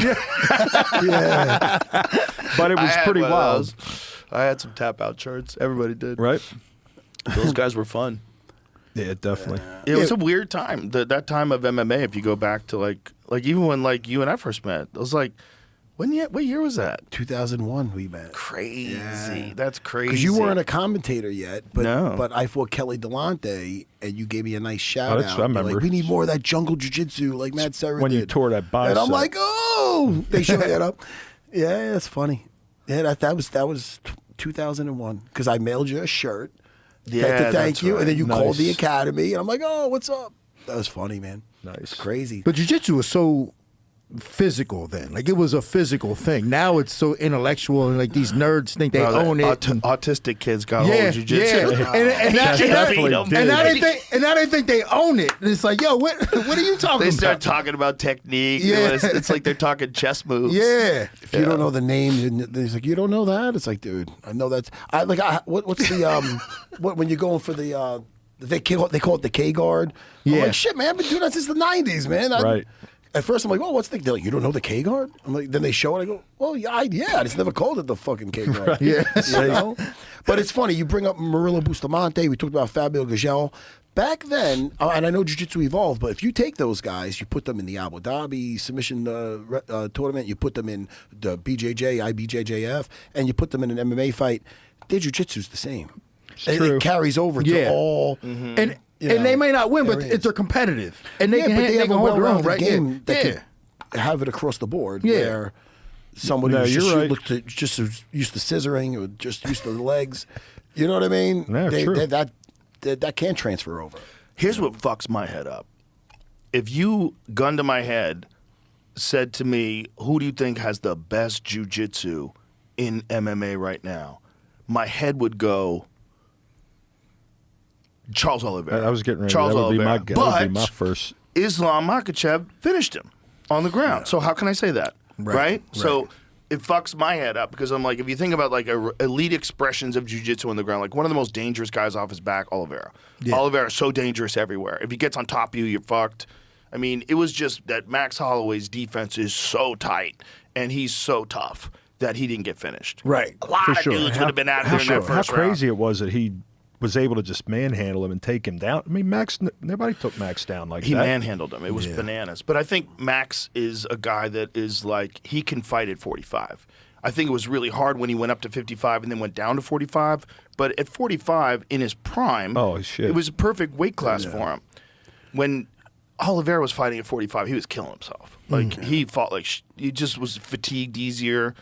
But then when he went up to 55, then he became Charles Oliveira. You know, it was really all at 55 where he made his mark. He tried that shit though with Ilya. He did try to take him down, and he tried. Ilya's Ilya's a different animal. Yeah, he's on another level for sure. He's on another level. He's super well rounded, and people haven't really even seen that yet. He's on a level where I can't wait for his next fights. Like when he's fighting, I'm like, what is he going to do now? Yeah, like what is? Because I think he's getting better. I think it's not just. I think the dude is like their approach to it. There's a documentary on YouTube about what they're like talking about how they break down all their fight camps and what they're doing and the different stuff that they train in. Like these dudes are on another level. I mean, when you think about it, like if a fight between like Ilya and Islam were to happen, like think about like the magnitude of that of like not only just like star power, but just in terms of skill. Oh my God. Like breaking that down, like in terms of skill. Oh my God. Like two of the best skilled fighters of all time. Of all time. Yeah. That would be an insane fight.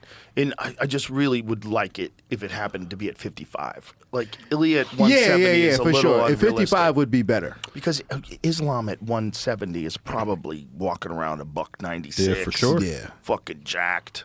I think Arman should be spoken about too. 100%. Yeah. And look how he fought. 100%. He had a pretty good fight with Islam back when how many years ago? Right. He was like 21. Right. I mean, he was. I mean, scrambles. Although I do have to say, if the scoring was correct, I think Oliveira would have beat him in that fight because Oliveira threatened him with submissions. That is true. A couple times. That's true. A couple times. Like that to me is more valuable than holding a guy down. Did Arman threaten he had an arm choke with him? Or no. He was kind of on the run, have. but he was kind of on the run more often than we remember. Like Arman was? Yeah. In terms of like inside the guard of Oliveira. Yeah. Like he was kind of, he was on the run. It's dangerous in there, man. Yeah. It's not like everybody else's. Like there's only a few guys like him and Paul Craig. Yeah. Bro, Paul Craig could latch on a fucking triangle. Like that guy's beating world champions. Yeah. You think about it. He beat Jamal, broke his Jamal, arm. he beat Ankalaev stopped him with like 1 second to go in the third round with a triangle. Yeah. He might have one of the best. What was that one dude from back in the day that won all his fights by triangle? Dustin? No, English guy. Yeah. I know exactly who you're talking about. Oh my God, it's gonna drive me nuts. The little skinny English guy. Yes. Yeah. He was all triangles, like 11 triangles in a row. Yeah. He had this one move, and if he can get you to the ground and latch his legs around you, you were Fucksville. God, Paul Sass. Yeah, Paul Sass. Paul Yeah, Sass. Paul I was Sass. going Paul Shout out Allen. to Paul Sass. Yeah, he was a beast. He get you in that triangle, you're fucked. And Fabricio Verdum's another one, right? Yeah. I mean, he triangled Fedor I when remember Fedor was Fedor. Yeah, I always tell people, if you want to look at one of all-time greats in heavyweight, don't look at all losses and shit. Stop right here in the prime. Who has tapped out more legends than Fabricio Verdum? Minotauro? Fedor? I mean, that is crazy. Just those two. Cain Velasquez? Yeah, that's true. He's tapped out all the legends. That's true. And they weren't past their prime either. Fedor was securely Dude, yeah, in his 100%. prime. When I remember Fabricio watching tapped that him. live thinking, oh my God. Oh my God. He ran right into it. He Yeah. ran right He into literally that. did Yeah. jump Bro. into it. Brilliant. His jiu-jitsu was like scary off his back. Yeah, Fedor had no respect for the guard. Just, was trying to take his head off and just fed it to him. Yeah, you man, know, he- can't do that with a guy. Not a guy like Dude. that. That's a different level. And plus, he hit Kobe in the head with a boomerang. Remember that? There's nothing wrong with that.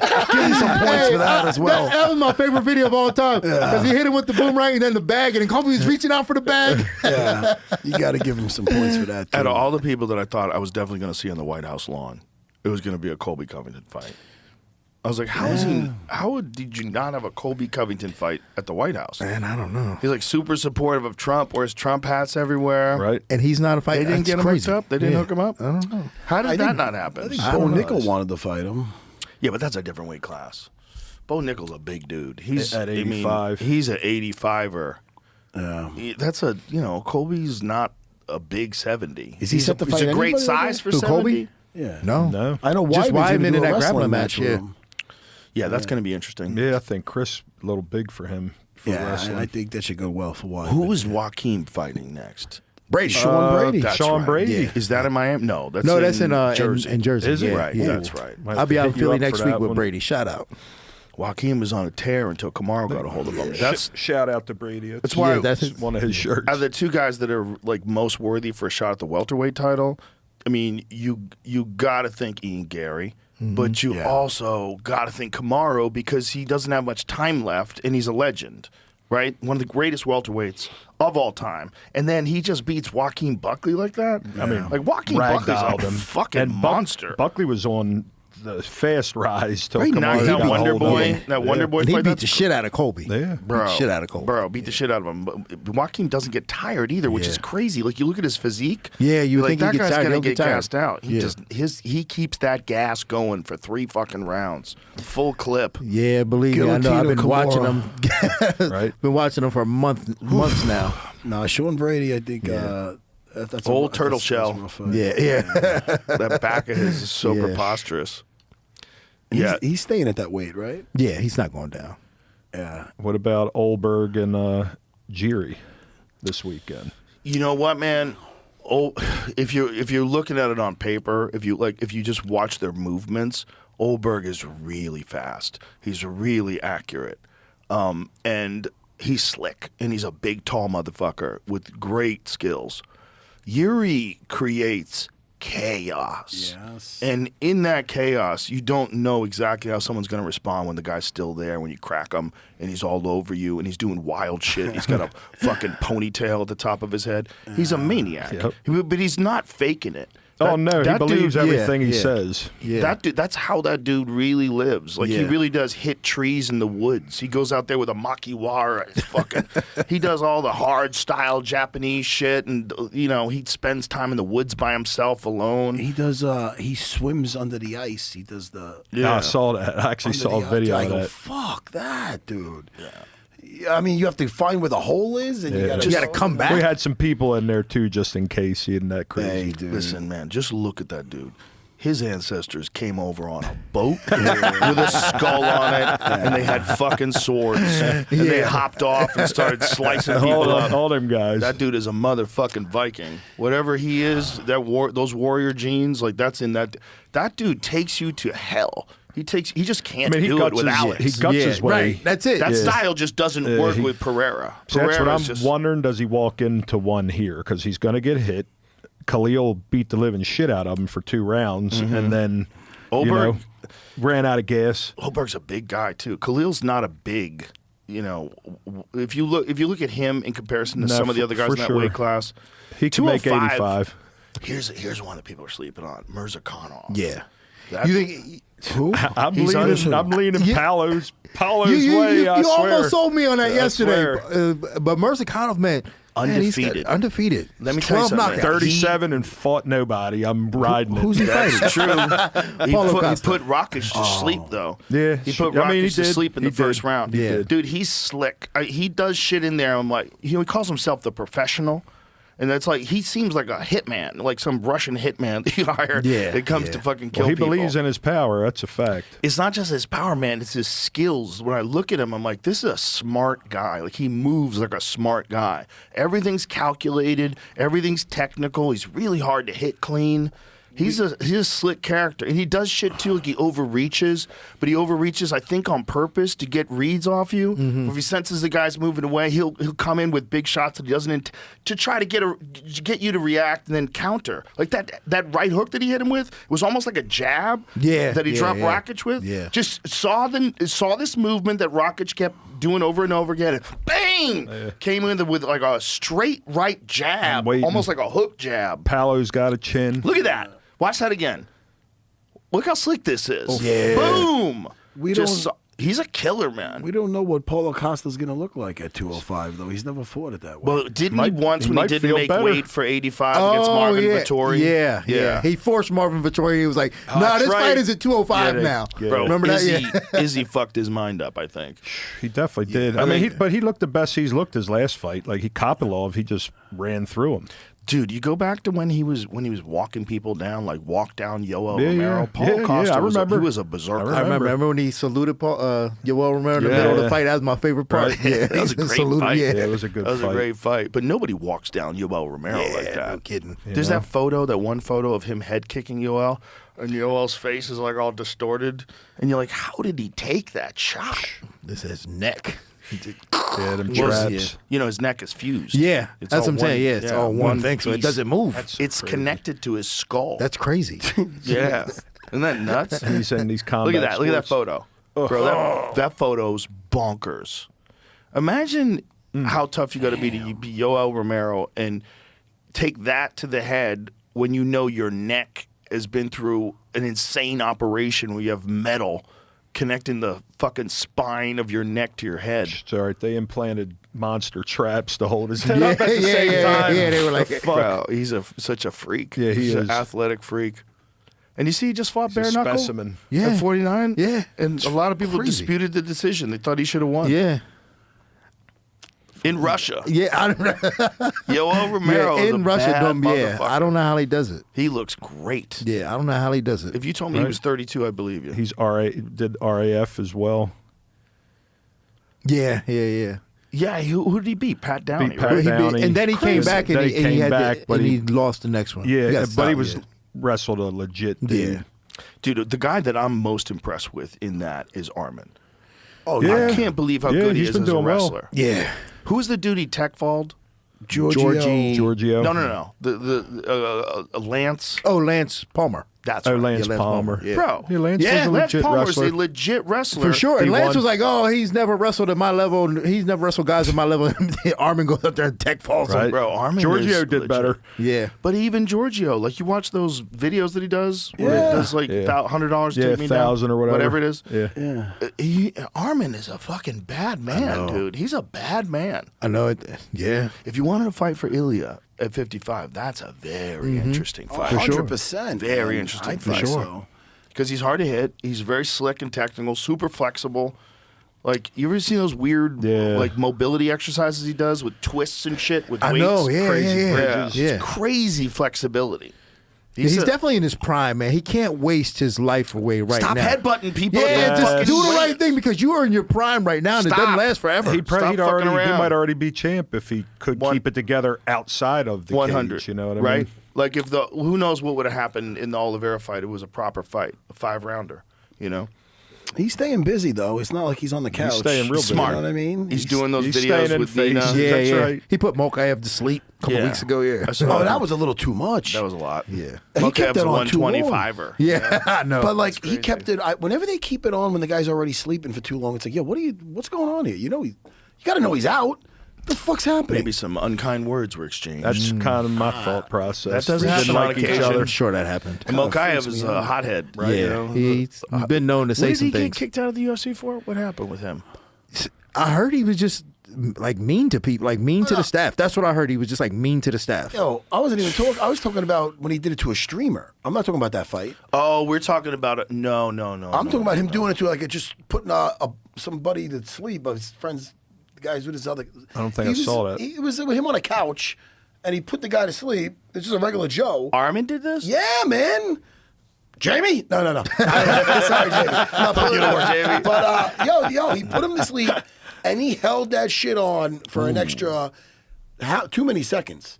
Look at this. Watch this. Oh, no, I'm telling you. You tell me if you think it's too long. That guy's neck makes me sad. But now look. To know that he's going to do that to him. Now look, and I'm going to have to see this. Now ready? Let's see. Now he's out, right? He lasted a long time. Yo, let go, man. What are you doing? What the Look, fuck? he's out already. Like, I mean, for how long? That's really crazy. Been out. That's really I mean, crazy. you gonna kill him.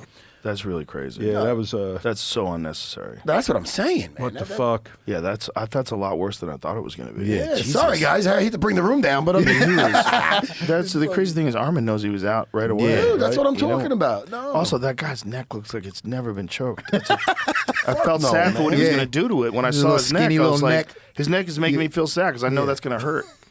That fucking gorilla, that dude's got a clamp on him, man. Little fucker's having soup for a week after that. Yeah, right. What's the problem? Arman's fucking grip is so incredible, man. I'm just very impressed with him, man. Very impressed with his grappling. I just wish he could keep it together. Yeah. I mean, his striking's not bad neither. Like, he's Bro, okay. His first fight with Islam was very close. Yeah. Very close. First fight in the UFC. Yeah. I don't even think he got a full camp. Probably not. I think it was a short notice Yeah. fight.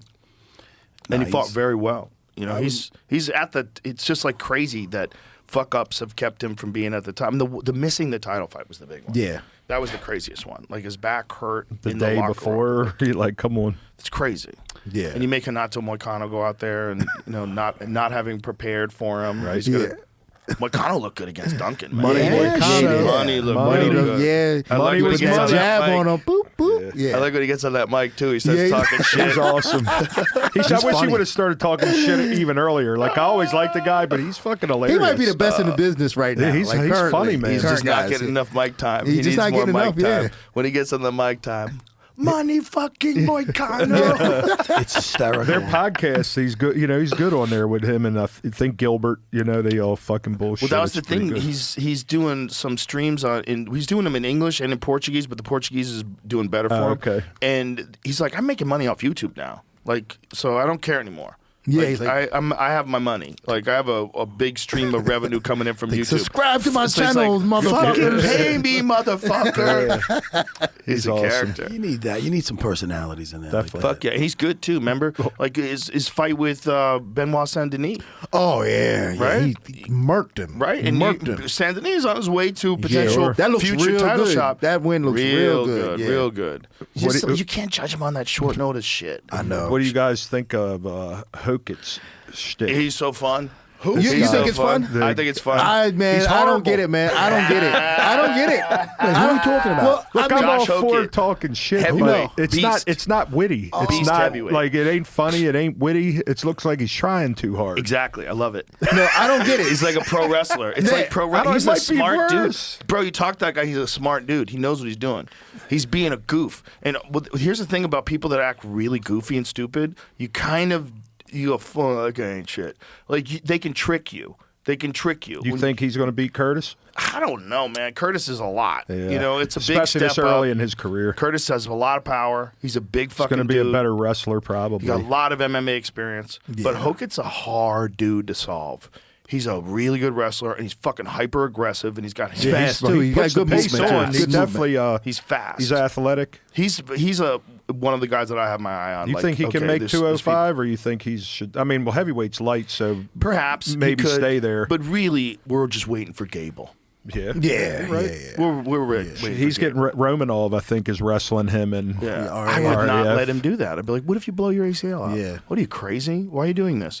You're going to be the heavyweight champion of the UFC." They got to be paying. And him some Romanov's a money big over dude, there. man. Yeah. Yeah. I mean, look, I think Gable. I think he'll be fine. But when you think of guys that are like a Mike Tyson in MMA, like when Mike Tyson was coming up, that's what I think of when I see him. Yeah. I'm like, how do you deal with that? Right. How the fuck do you deal with that? He moves like a cat. He's 240 pounds, Olympic gold medalist, and he got can a KO you. Smart ass guy in his corner. And he's got John Jones as a mentor. You know? Yeah. Are you fucking crazy? Fight IQ, John's, he's highest one there of the is. smartest guys.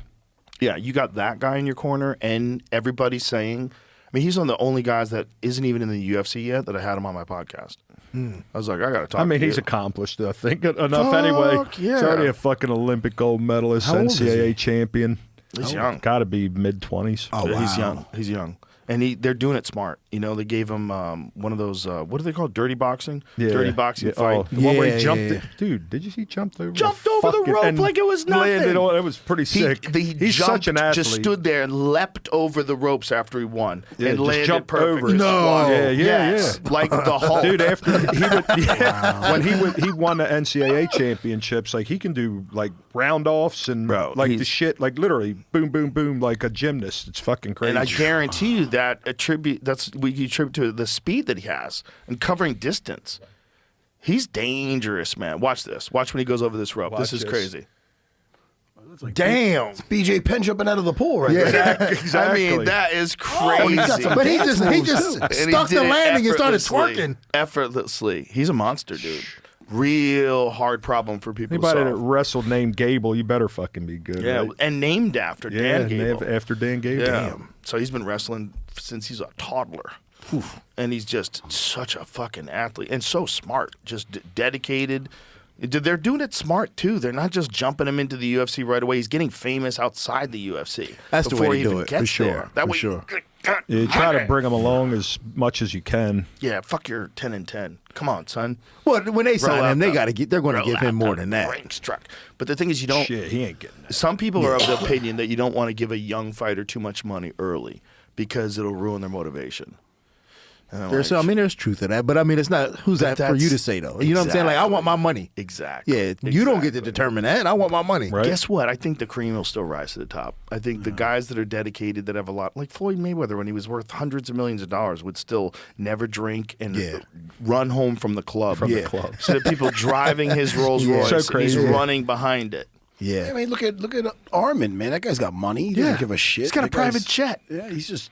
Arman's got a private jet. At least he's always on a private jet. Seems like he owns it. Yeah, I think he's got some cash. His in it, family has like they're- tons of money. Yeah. but he still has the desire to be the best. Yeah, you exactly. know what I mean. It's either in you or it's not with that. You know, I think we got. Maybe that's why he can't get his attitude together too. You know? Perhaps, right? He doesn't need it. Yeah. A bit spoiled in that way, right? Yeah, and he's Who's disciplining him? You know what I mean? He runs his town, I'm sure. What do you guys think about Khamzat and Strickland? Well, let me tell you. This comes down to Strickland's motivation. Well, I mean, you got to be fucking motivated. I was getting ready How to many say more you shots better is he going to fucking be get? At the motivated. Yeah, but title? I mean, he's worked with him before. I mean, I know they say that Khamzat submitted him, but if you hear Strickland talk about it, they were doing like back positional take rounds drills. when you're starting Yeah, on he the started back. on his back. I mean, come Exactly. on. But I think when they moved around, I think he feels pretty confident with it. He's a hard guy to keep down, Sean. Yeah. And Cardio is gonna be on point. Who made Khamzat look human? Gilbert Burns, Kamaru Usman. I mean, they made him look human. You know, and Drake is. Again, not you don't want to see that rematch, Yeah. but Take the fifth in round. But in that fifth round, he did get into some decent positions. He just got reversed right away. I mean, Sean, if there's any bit of blood in the water, he's fucking a finisher. He's, you know what I mean. He'll stay on him if he's hurt at all.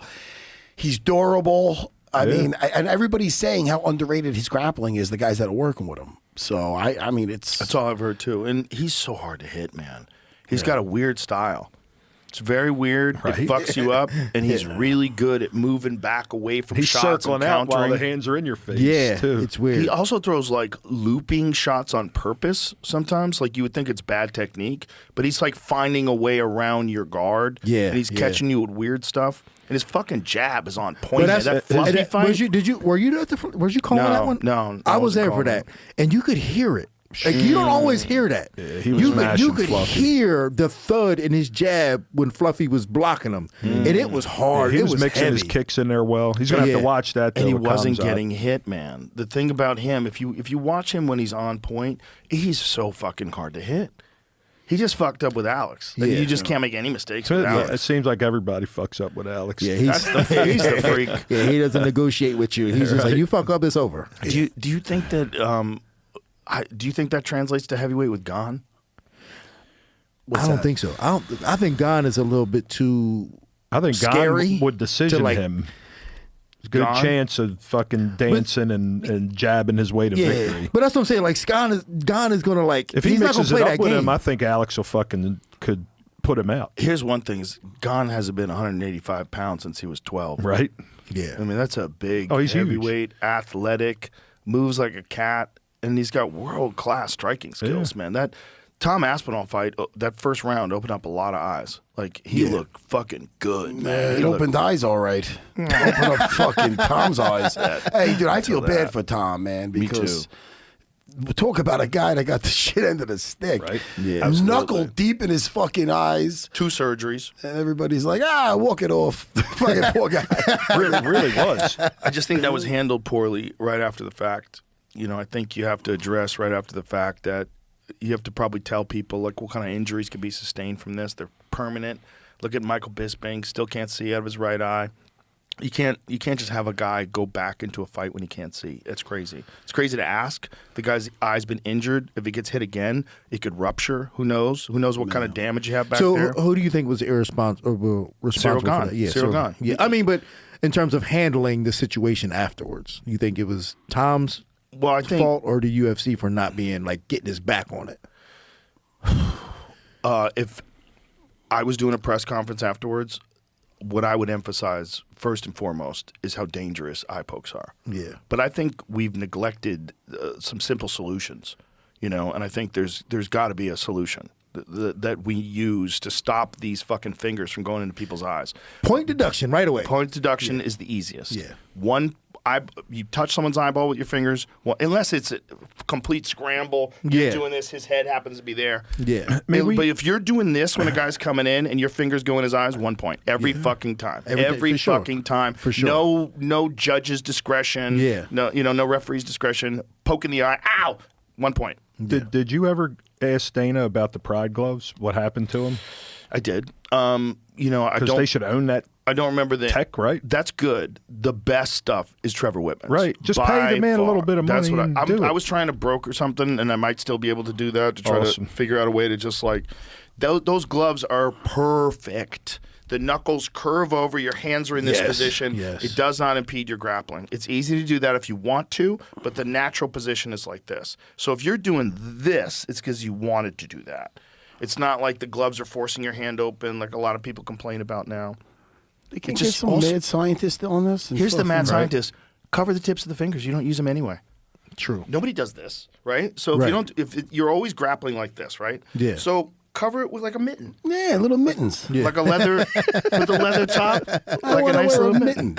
So your thumbs are free, so you still have some potential eye pokes from thumbs, but that mitigates a lot of it. That mitigates a lot of it. And you completely stop all this stuff because now you have a solid thing. Yeah. That hits eyes. It's not going to go knuckle deep in. One finger goes in, one finger's on your eyebrows, and it's just fucking digging in. That's crazy. That would all stop if you had a mitten. Well, I mean, there's not a lot of eye pokes in bare knuckle, right? Right. That is interesting. And it's because they're always like this. Yeah. Because they're noted. True. So it's just these guys that get in there and they're just like. Yeah. So the way to stop it, really, I mean, it's take away points and guys will be like this more. Yeah. Well, I wonder if there would be less eye pokes in if you just think about MMA with gloves on. If it was just boxing and no kicking and takedowns. Maybe it's like all the different possibilities of things. That's that are what it is. Like happening. it's like they're trying to avoid the takedown and like everything and blocking Leg kicks. Yeah, everything. So that's why you're doing this. Because like Muay Thai guys do this all the time. Boxing guys very rarely do that. No, very rarely. Yeah. Unless they're showing off and they're about to hit you with a big right hand. Bang! Right. Like Deontay Wilder. Right, old school. yeah, he'll be old school framing off Deontay like Wilder this, would literally like hold his fist in front of your face and then wing a nuclear bomb at your head. I think But you just you got to gotta- discourage guys to close your hands. Cover the fingers. Is he fighting Joshua? Cover. I don't know. I thought I heard something about that. That's a tough fight. He's too skinny for that. At What's this he point, like? He looked good in the Chisora fight in moments. There was moments. He said, "I love you," and then Chisora said, "I love you too." Oh. And then he hit him, knocked him out of the ring. Jesus. Deontay said he backed off on him because he saw he was hurt and he wanted him to go home to his family. I love you too. And he fucking knocked him to the ropes. Deontay did ayahuasca. And I think a lot of times when a straight up assassin like Deontay Wilder meets God, You know? Probably takes a lot of that mean out of your heart. You need a little of that mean to land those haymakers. You got to be angry. It's true. Yeah, you don't want to be half a hippie when you're going in there. With that shit. You want to talk about one-punch power, though. That guy might be the greatest of all time. Deontay, he was like pretty damn close. 48 knockouts in 49 fights. He was fucking people He had up. one decision. And he was not a great technical boxer. He started late in life. That right hand just was Thor's hammer was dropping on people's heads. Teddy Atlas always calls it the eraser. Any mistakes you make, that right hand erases them all. I always wanted to see him fight Ngannou. That would have been wild. Yeah, that should have been the fight. That would have been the fight to make. Him and Ngannou would have been the fight to make. Them two bombing at each other. They could actually still do that. Yeah, why not? They could still do that. Like Ngannou, if you want to look at it from a business standpoint, man, that guy's killed it, right? Yeah. He went over, got that crazy contract with the PFL. He got a chance to fight Tyson Fury, knocks him down, becomes a legend, then gets a big money fight with Anthony Joshua. That doesn't go so good. Go well. And then he has his reintroduction to MMA. He fights that dude, Henan. Right, the 6'8" Henan Ferreira. Brazilian guy. Takes him down, smashes him, beats him down. So he made, what, $20 million in that fight? Something crazy like that? He had a crazy contract, right? Yeah. And he had a contract where his opponent Got had to $2 make million. at least $2 million? Yeah. Right. Who does that? Yeah. How do you not love the guy? I know. How do you not love that? Right. He puts it into his opponent must make at least $2 million. Yeah. I don't know, and now he's got to be making a lot for this Netflix thing, they got to pay him because they need legit names. Yeah. And, you know, Felipe Lins, he fought at light heavyweight in UFC, right? Yeah. Yep. Yeah.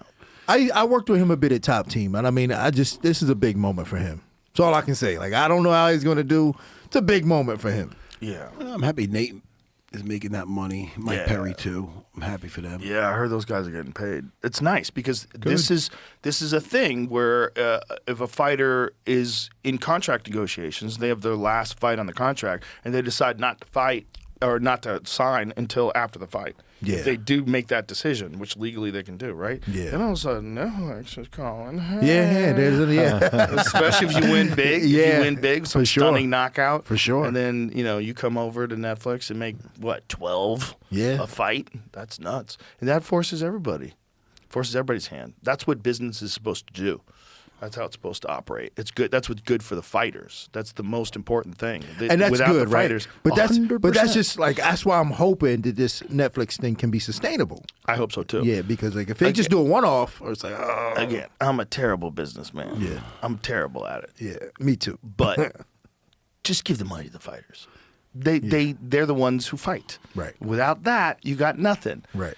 Everybody's making plenty of money. Yeah. Come on. It's gonna be big though for sure. This thing, everybody's gonna watch it. I think 100%. It'll be huge because everybody has Netflix. They're gonna watch it. It's gonna be crazy. Ronda could become a superstar again. Well, she's already a superstar, but I mean, if she wins again, then people start talking about like maybe Ronda's going to come back to the UFC, and then maybe Ronda is like a WWE moment. Ronda and Dana shake hands on a stage with like Erica Kirk fireworks going off behind them, And Drewski dance. Yeah. Ronda and Kayla Harrison, White House lawn number 2 next summer. Oh. I don't think she would do well in the UFC, but this is great for her. she's done with the WWE and all that stuff. Yeah, I bet it's probably hard for she probably enjoyed the job. It was a great job, made her a lot of money. But it's probably hard for an elite competitor to do these stage things. I mean, she's an elite competitor. Because like instinctively, she just wants to compete. 100%. Yeah. She doesn't want to fake compete. Yeah. I mean, some guys did it right. Kurt Angle turned out to be a yeah. real good pro wrestler, despite being a gold medalist. It's a great gig. Don't get me wrong. But I'm saying for someone who still can fight. Oh, I got you. Yeah, Angle was done at that point when he went to pro wrestling. I went to won the Olympics with a broken neck. Jesus. Savage. I just went to the headquarters in Connecticut. It's pretty well. Oh, nice. I right. I did saw you Stephanie did something with McMahon's that. podcast. Nice. She's very nice, Stephanie McMahon. Nice. And I seen that whole fucking place. If you're into WWE, it's like a fucking nerdgasm. Right. But I'm not really into it. Bro, but Tony if you Hinchcliffe were, would cream his pants. oh my God. Oh, He'd cream his pants. He's already been there, I'm sure. oh, yeah, he would. He's working with them now. Is he? Yeah. He's doing stuff with the WWE. Is he writing for him or? He's gonna be in some shows. He's Oh, gonna be my a bad God. guy doing some things. Oh, my must be in goodness. heaven. He should be like a he's manager. So happy. I He's so bet. happy. That's great. That's I don't know how much I could talk about this. I have to be quiet. I don't know how much this is public, but they're already announcing they're doing some stuff with Kill Tony. And he's gonna roast like WWE people. They're gonna do some stuff like that. They're doing a lot of collaborations together. It's perfect. That guy's a giant wrestling fan. He loves it. Yeah, the guys that love Loves it. it. He That's fucking like loves fucking. And he's the best roaster too, man. When The best. When I be seeing him at the fights, I don't say shit. I'm like, yo, I don't want him coming at me. He had Dana's That's back. my boy. Yeah. He had Dana's back for the fucking time we had to do that thing at the Laugh Factory. Oh yeah. Dana's like, yeah, Dana's we're going to set. do this thing. And nobody's coming in prepared. Meanwhile, he had Tony Hinchcliffe. Right for He him. wrote his I had to go whole up there set like with 2 nothing. months prior. That's hilarious. Yeah, Tony's the best at that shit. Oh, He's the dude. best at cracking on people, and cutting people man, down. But the people that love that soap opera like world of the WWE, it's I don't hate on it. I see how whatever. much they love it. Like, it keeps you entertained, man. They like it. You know what I mean? They're really smart at mixing things up and bringing in new characters and having new crazy moments. And if you're a nerd like Tony, like they go nuts. But it's like you're it's like the same I escape. always said it's of like watching, it's a male soap opera. Yeah, but it's like the same kind of escape that you get if you're watching Game of Thrones. It's just an escape. Yeah, It's yeah, silly. for sure. This is crazy. Oh my God, he's back from the dead. See, but that's where I Fights draw the going line. through the I entire can't do it, arena. man. I draw the line there. I can't do that. And I ain't got no problem with it. I just can't do it. I'm in the same camp as you. yeah. It's not my thing. I don't watch it, but I respect it. I respect how hard it is to do. Yeah. Oh know? yeah. It's fucking very incredible. difficult to do. You're harder in your Matt, we body. wrestled it in Memphis. Yeah, we did a little Yeah. thing in the street. We had but we were just winging it. Yeah. Me and you. I was hoping you just let me get a submission. You fight me off. Come on, man. Let me just strap. I hurt my knee. It was tough, man. I was like, damn, this is harder than I thought. Oh, them guys take a beating for Yeah. sure. I mean, you can learn how to fall, but you're still falling. Yeah. I met Hulk Hogan twice. Well, I'd met him before when he did a promo with me with the UFC. It was when we were on, I think we were on Spike back then. Yeah. But I met him a long time ago, and he was 6'5". He's this giant fucking dude. I was like, holy shit, it's Hulk Hogan. And then I saw him the last time he did my podcast, and he's like 4 inches shorter. And it's all from getting all of his spine fused. I was about to say you're the same height now. I'm like, wait a minute. What the fuck happened here? He was like a big guy still, but he used to be a giant. He was like this towering fucking crazy guy, bald head, Thunder lips. He was so Thunder lips. fun. That dude was so fun.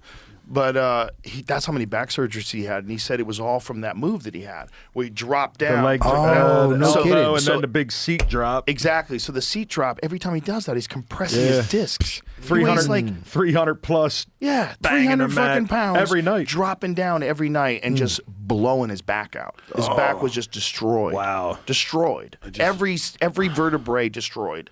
Every disc blown apart. Herniations all throughout. It barely could walk. I was watching The Princess Bride the other day with fucking Andre the the Giant. Giant. What a great Anybody fucking want a movie. peanut? Yeah, he's fucking great. My name is Diego Montoya. Love that. You killed my father. Yeah. Prepare to die. It's such a great movie. Fuck, This is It so was a great great movie. movie. Great movie. Yeah, I put that on for the family. Have the kids watch it. It's a classic. It's great. I mean, Yeah, that's 100%. one. That last ages. It goes through generations. Look at that fucking. Yeah, it holds go. up. Fucking love You it. know. They don't make them like that anymore. I just saw that Project Hail Mary. That's a nice one for the family. What is that? It's with Ryan Gosling goes to space and fucking has to save the world type of thing. But it's more than that. But that's pretty much the premise. Where are these Artemis people at now? Are they passing the moon yet? They already did. That They- was all they live- passed it? Yeah, that was What live streamed happened? on Monday. So did they land yet? Are they back yet? And where are they? It should be probably back in the next day or two. Well, who's going where? They went around the moon. They went all the way around the moon? All the and way didn't around land? the moon. No, no. They just went around They just went it. around and saw the dark side of the Yeah, moon. they took photos of the dark side of the Oh, moon. really? Yeah. They But did it's crash on Friday.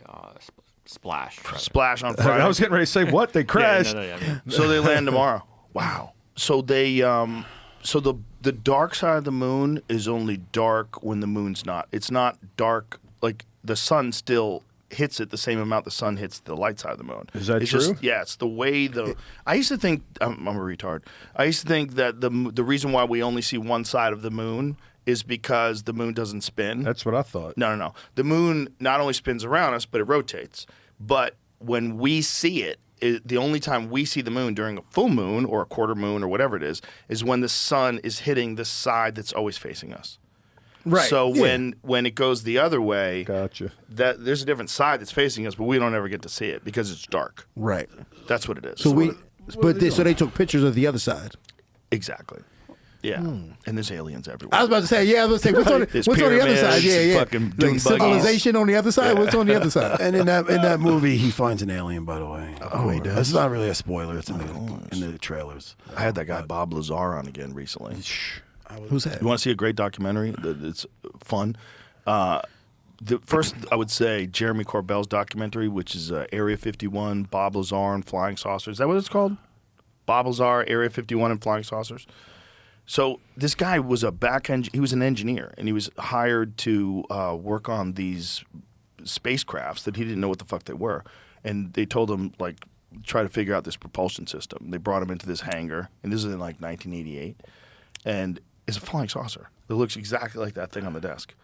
Jesus. And it has an American flag sticker on it. And so he's like, oh, it must be ours. Like, and then he gets in it, and he's like, what the fuck is this? It's made for people that are 3 feet tall. There's no controls, no buttons, nothing. Why are you looking at me, motherfucker? Why? Because you're the only guy that can fit Why are that you 3 motherfucker. feet tall? You look right at me. You son of a bitch. Hey. But he's got a new one out called S4. I recommend it to anybody. They did like CGI and they de-aged Is it on him and Netflix or YouTube? No, it's on or Amazon. Amazon? And some other places. What's but it called again? S4. S4. I just saw. I was just watching a series with you on that Ancient Apocalypse. Was I on that? Yeah, you was in that with with Graham Hancock. Yeah, That's Graham right. Hancock, That's right. Yeah, Graham's my man. Do you know Rodrigo Gracie? Yeah. No. A good buddy of mine, my old roommate. He's a fucking wacky guy. He's fucking funny as shit. So we were just out to eat last night with Danaher. We were talking about him. God, I love that guy. And he's like, oh, he's great. And he's like, oh, I'm glad Rodrigo's matured. I was talking about how he's doing good. He just visited me. He did my podcast, and he did a seminar at my place. So, I was catching up with him. So he told me he was visiting Area 51 with his wife. And he goes, so, yeah, I always wanted to go there. So me and Fernanda, we drove down there, and no, nothing was happening. So then I'm driving back. You got to drive back hours through, like, the dark desert, right? So he's driving back, and he goes, Fernanda fell asleep, so I had my laser pointer. So I'm just pointing at a sign, pointing at this. He goes, Matt, and then I saw blue lights in the distance. He goes, oh, I want to make contact. He goes, what? He goes, she was sleeping. So I started taking my laser pen and pointing at it. He goes, and I didn't think nothing of it. And then all of a sudden I'm driving, and I hear and a yellow circle around my car. And I wake up Fernanda. She's like, what did you do? And he's like, I just took my laser pen. It was a helicopter fucking following him. And he goes, he was getting down to like almost my roof. I didn't know what to do. They had a yellow spot around my fucking car. So she told me, we called the police. So they go, look, there's a helicopter following us, and they go, are you in a? They said the car, everything. They go, the authorities are waiting for you at the rest stop, up or whatever. So he goes to the rest stop, takes his laser pointer. He gets there, he throws it in the garbage. I don't know why. And then he comes out. They're like, look, they put him in cuffs. And he goes to his wife. He goes, go in there and get the laser pen. It's in the bathroom. She goes in the men's room through the garbage, finds it. So they're saying, all right, you were shooting, interfering with a military helicopter or whatever it is. Like, in other words, it's a major crime here that he could be facing. He goes, Matt, I was shitting myself. The 2 pilots come over. One of them takes off the helmet. Cauliflower ears. He goes, fucking thank. He trained under my cousin. He goes, the guy's bowing to me. He goes, my wife's yelling at me. So he got out of it. The guy trained under. He's a brown belt. Oh my God, how lucky! Dude, that's so lucky. I go, fucking Rodrigo, man. Only you, bro. That's so lucky. Yeah, they probably thought they were trying to like fuck with planes. Because kids do that. They shine laser beams at planes. It's like a real problem. Is it? They would get in their eyes while they're fucking flying the planes. Yeah, I the can see lasers that. go all the way up to a plane. Damn. I used to be with Rodrigo on 27th Street. He's like, Dad, watch this. We'd be at the window. Guys walking down the street. Fucking, he's like, look at him jump under for cover. This is all, you're going to hell, is what you're doing. Fucking lights. That laser pen still getting them in trouble. That's so ridiculous. Yeah, a lot of people would think it's a laser sight on a rifle. Exactly. Yeah, That's what the fuck he's doing. Take that down. Don't do that. Don't do that around here. He thought he was making contact. He's making contact. He's got a chopper. Yeah, they keep talking about making contact. I'm tired of hearing about it. Let's do it already. God damn it. Yeah, I want to see it. Yeah. They're just dick teasing us. Yeah, shit. I don't think. But you're a sci-fi guy.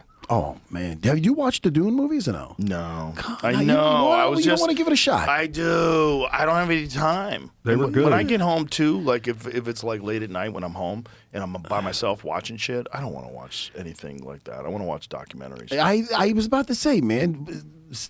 Take a week off of a documentary on the fucking I pyramids. gotta, like, dude, we're not going to find out what happened with the pyramids next week. To watch Dune, they're getting close, man. The Dune movies are so fucking good. I heard they're though. amazing. Josh Brolin is great. And now they got the Dune Messiah. And coming Momoa out. was in it. Yeah, they got a third one coming out, right? Yep, third one coming out. And this guy can't miss. This, Everybody keeps telling me how awesome they are. They are good. They are good. No, they're very good. I tried to watch it. It was kind of slow. Yeah, you know what? You get that. Just you get that. Yeah, it's kind of slow. Dissenting opinions. Yeah, I don't know. Yeah. Hey, you know what else? Who else is coming out with a movie? Who? Come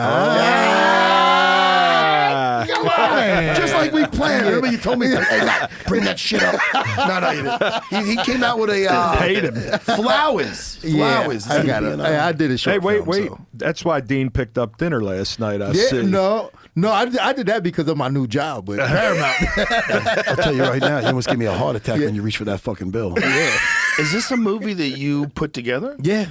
What's Wrote it and produced. about? It's Wow. yeah. It's about a female in an abusive relationship. Wow. Yeah. Look at you, Mr. Sensitive. There it is. There it is. Flowers. Oh, boy. No shit. The multi-talented. Yeah. You know, nothing to do with cage fighting at all. Look at that. Dean Nothing- Thomas. That's Yeah, incredible, that's right. dude. Yeah. Congratulations. That's awesome. Yeah, I'm gonna start Now it's shopping off at the to the film festivals. festivals. Yeah, next week. So That's awesome, dude. Yeah. That's awesome. yeah, I like when people spread their wings. you got to life is short, and you don't want to be in a box. You want to Right. be able to do all kind of different things, And you can do whatever the fuck you want. you can do whatever the Right. fuck you want. Yeah, Yeah. So I try to do whatever the fuck I want. I'm telling you, that's how to live. Yeah, That's how to live. There's too many people out there not doing what they want to do.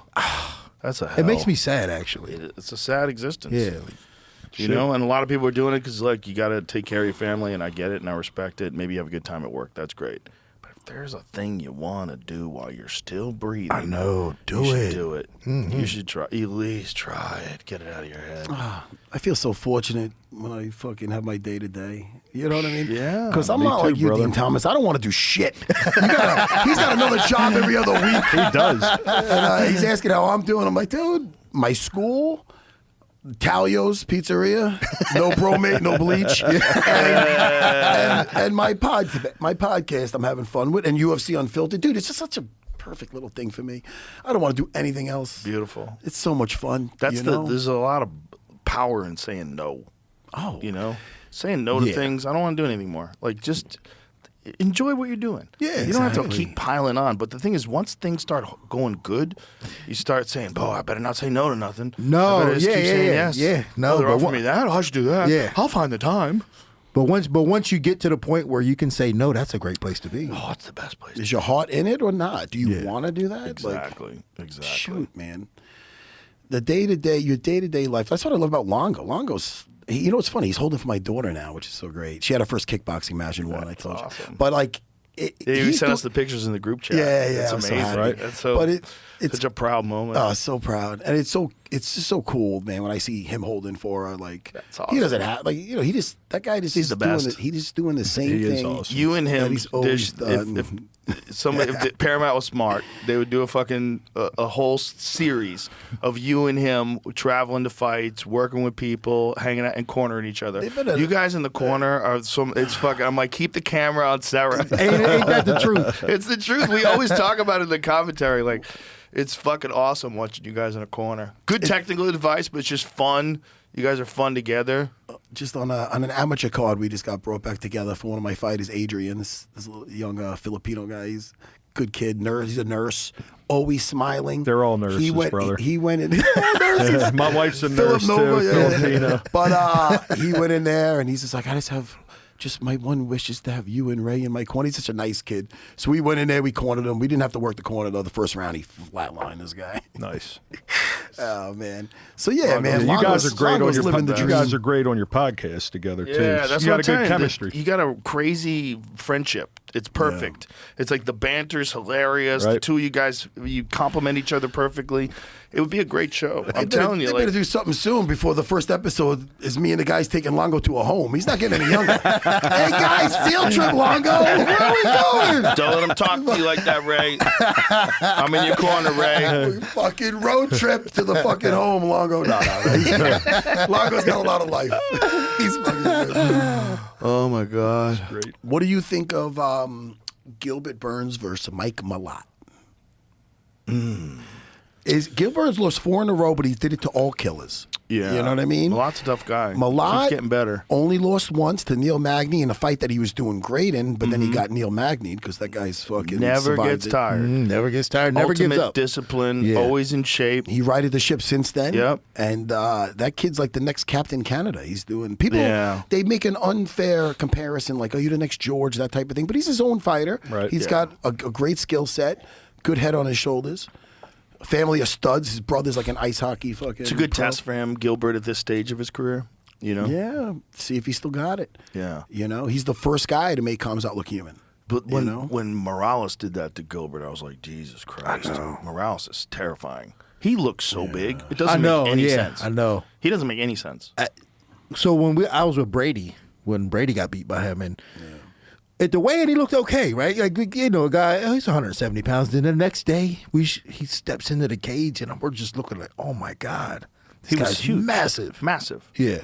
And when you're that much taller, and you're the better striker, God, that's such Yeah, an it's a huge advantage. Like, you just because you can stand 6 feet away from a guy and just be like, Bulgari last week. Oh my god. Yeah, he did. What are you talking about? Yeah, like I know Mansoor. What he trained with us at ground control as a kid, and before he went off to college and all. And I mean, the only thing I can say, first off, obviously he was not ready for him yet, but he definitely showed a lot of heart because he fucking Incredible. stayed in there and Almost too took much, it, man. homie. Yeah, I was just thinking the exact yeah. same thing. I hope he comes back. I mean, that was I a bad personally beating. knowing him, I felt horrible watching that. I was like, He wasn't ready for that yet. Yeah. There's just, when you get an elite striker, you got to realize that guy beat Pereira in glory. Yeah. Pereira knocked him out twice after that. But in the still, first fight, yeah. he beat Pereira. I think people just a thought decision. he looked like ordinary in his first couple. Like Well, he came out with a new version, and it was fucking impressive. He's fucking good, and he's training with Pereira now. And so he's at Glover. Glover's And Glover. camp. Yeah, You know, Glover's working that's with a him. great fucking camp.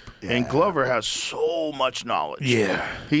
That guy was in the dark for 6 years, where he couldn't get into America. And during those 6 years, he was the boogeyman. Everybody talked about Glover. They're like, "There's a guy that's in Brazil. He can't get to America, but if that guy gets here, he's fucking everybody up." And that was Glover. Glover was he was always training with Chuck in in Hackleman, Hackleman, yeah, for up in sure. SLO. and they're in Danbury, Connecticut. That's so another thing. And that's They're not on yeah, the they're not in beach. Vegas. They're You not know, at the wilding fucking- out. So you Yeah, know, there ain't shit to do out there. yeah, all they doing is training. Yeah. Yeah, dude. Just nothing but Lyme disease in the woods. right, Yeah. and federal prison in Danbury. Yeah. Yeah, Connecticut it's a good place to just not get distracted. Just get to work. Danbury is where Rodrigo Gracie broke my elbow. I was there. Yeah, you was there? I was there. I didn't know you was there. Naga. You know I Yeah, was there. Naga, yeah. Damn. Did you have to get pins in it? No, they reset it, cast it. No pins. He told that story at the seminar. Oh, he did? Yeah, because I had to bring that up, man. I was like 25 years ago. No, he said it because we weren't close at the time. Oh. And I was yelling shit, but I regret that too. What did you yell? Well, Break it. Because he let it go. He let it go, and you didn't tap. Well, yeah. And which was great. And then I was yelling at him for letting it go, which I was just psychotic because you're my friend now. Yeah. But at the time, it was just. Well, to be fair, like if I knew it was going to break, I would have tapped. Yeah. Yeah, I didn't know it was going to break. Right. Yeah. Yeah. Nah, that's what the story he told. Then he said that Henzo yelled at him too after that. For letting it go? What are you getting soft? Yeah. Why you let that shit go? Bro, I got to get Henzo in here. Oh, That guy's- man, he's the best. He's definitely. We were going that to do would it at be one time, amazing. but he was only in Austin for a short amount of time, and I didn't have anything open. I couldn't get him in. I'd love to sit down with that guy. What a legend. Yeah. Stories And for he- days. And he's one of those guys, like, you hear about a guy getting a black belt, and you're like, okay. And you go, you got a black belt from Henzo. You're like, oh, okay. Yeah, definitely. Okay, it's like Henzo, Hickson, Jean-Jacques Machado. There's a few of those guys that are like, okay, that's a real black belt. Like, I mean, Henzo's New York place is like one of the most legendary places in the history of jiu-jitsu. Yeah. If you had to write a history of jiu-jitsu, the Henzo Academy in New York City, holy shit, man. 100%. Remember when he came Holy over? shit. He came over in '96. We had like an in-school tournament. You know what I mean? Yeah. It was great because Craig Kukuk already had 2 schools for him. He had a Jersey school and the Where's New York that school. guy?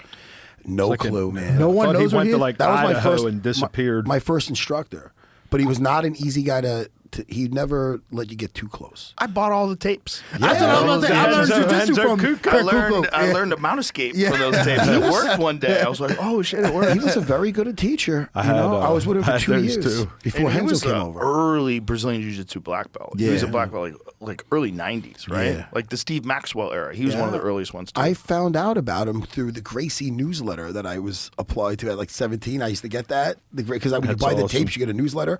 And one newsletter, it was like every few months, it was announcing the first American black belt. And then like 2 newsletters later, they disowned them. They had a business. But I'm like, but then I found out through Black Belt Magazine that he was teaching in the Village one day a week in the city. I go, all right. They might have disowned him, but they couldn't take away his skill set. There was no place to learn on the East Coast except for Maxwell and Philly. Yep. So that's how I found Kukuk. And then he partnered up with Henzo. And then I went with Henzo when they broke up, obviously. You know? Why did they break up? I remember Henzo took me out to eat one time, and he's like, "Look," and I got along with Henzo so much better. He right off the bat, like Henzo was just so warm and great, and he invited me over his house, and he was just such a.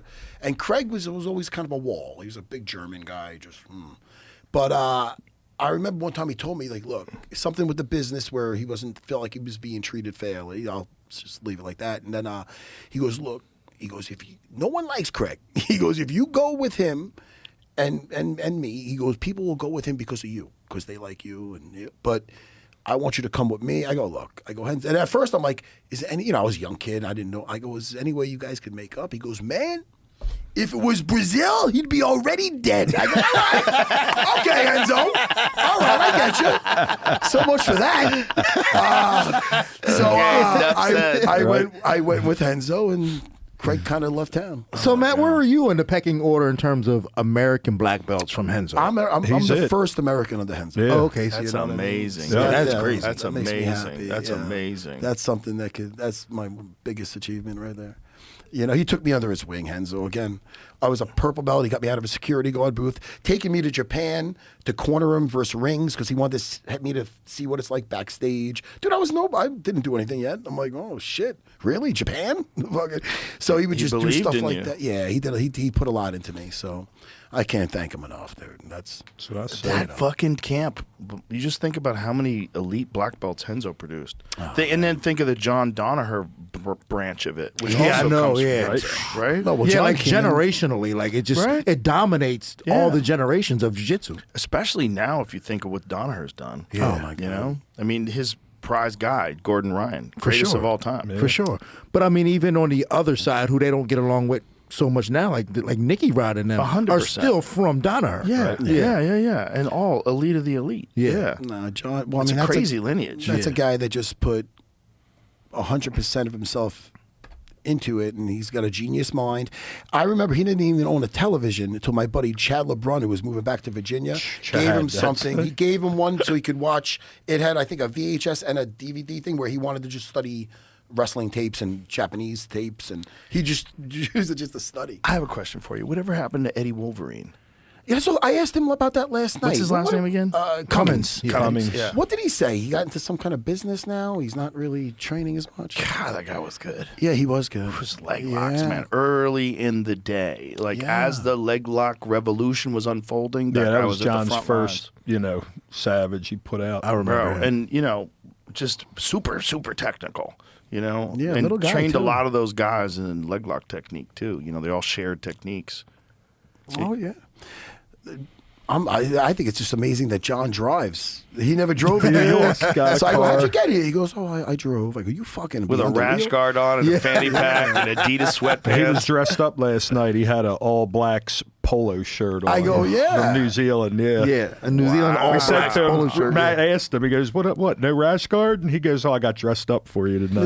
Well, he probably went back home to his family, and his mother was like, Right. "Honey, stop wearing the rash Gotta guard represent. everywhere." Right. It is crazy. That's all he would wear. He's teaching at Kingsway now, Gordon Yeah. School. Now that Gordon's done competing, he's got that school going on. He's like a character in a movie. Like he's not supposed to exist. Danner? Yeah, he's a philosophy major at Columbia who falls in love with jiu-jitsu because he's a bouncer. And he Who wants to learn bounced at self-defense. scores. Yeah, Right. He's this like jacked, like power lifter bouncer who played rugby. He was like 220. He was yoked up. Jacked, and so then he learns jiu-jitsu, becomes obsessed with jiu-jitsu, but his body's all fucked up from rugby.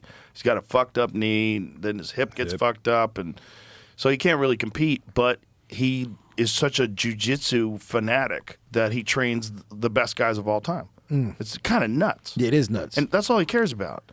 Like, he doesn't give a shit about anything. He doesn't give a fuck about social media. Look at John back in the day. That's one of my favorite pictures. Oh, my God. right there. Full head of hair, jacked, looking ready for a gay date. John definitely. That looks like he's wearing, almost looks like he had a skirt on. Yeah, it does. Like he was a really jacked blouse. John transgender. definitely would rock a headgear too when he wrestled for He was a sure. bad motherfucker, dude. Bad motherfucker. I know a lot of people who rolled with him that were shocked. Yeah. Oh, yeah. Dude, John would do privates and wrestle everybody all day long. Yeah, he lived it.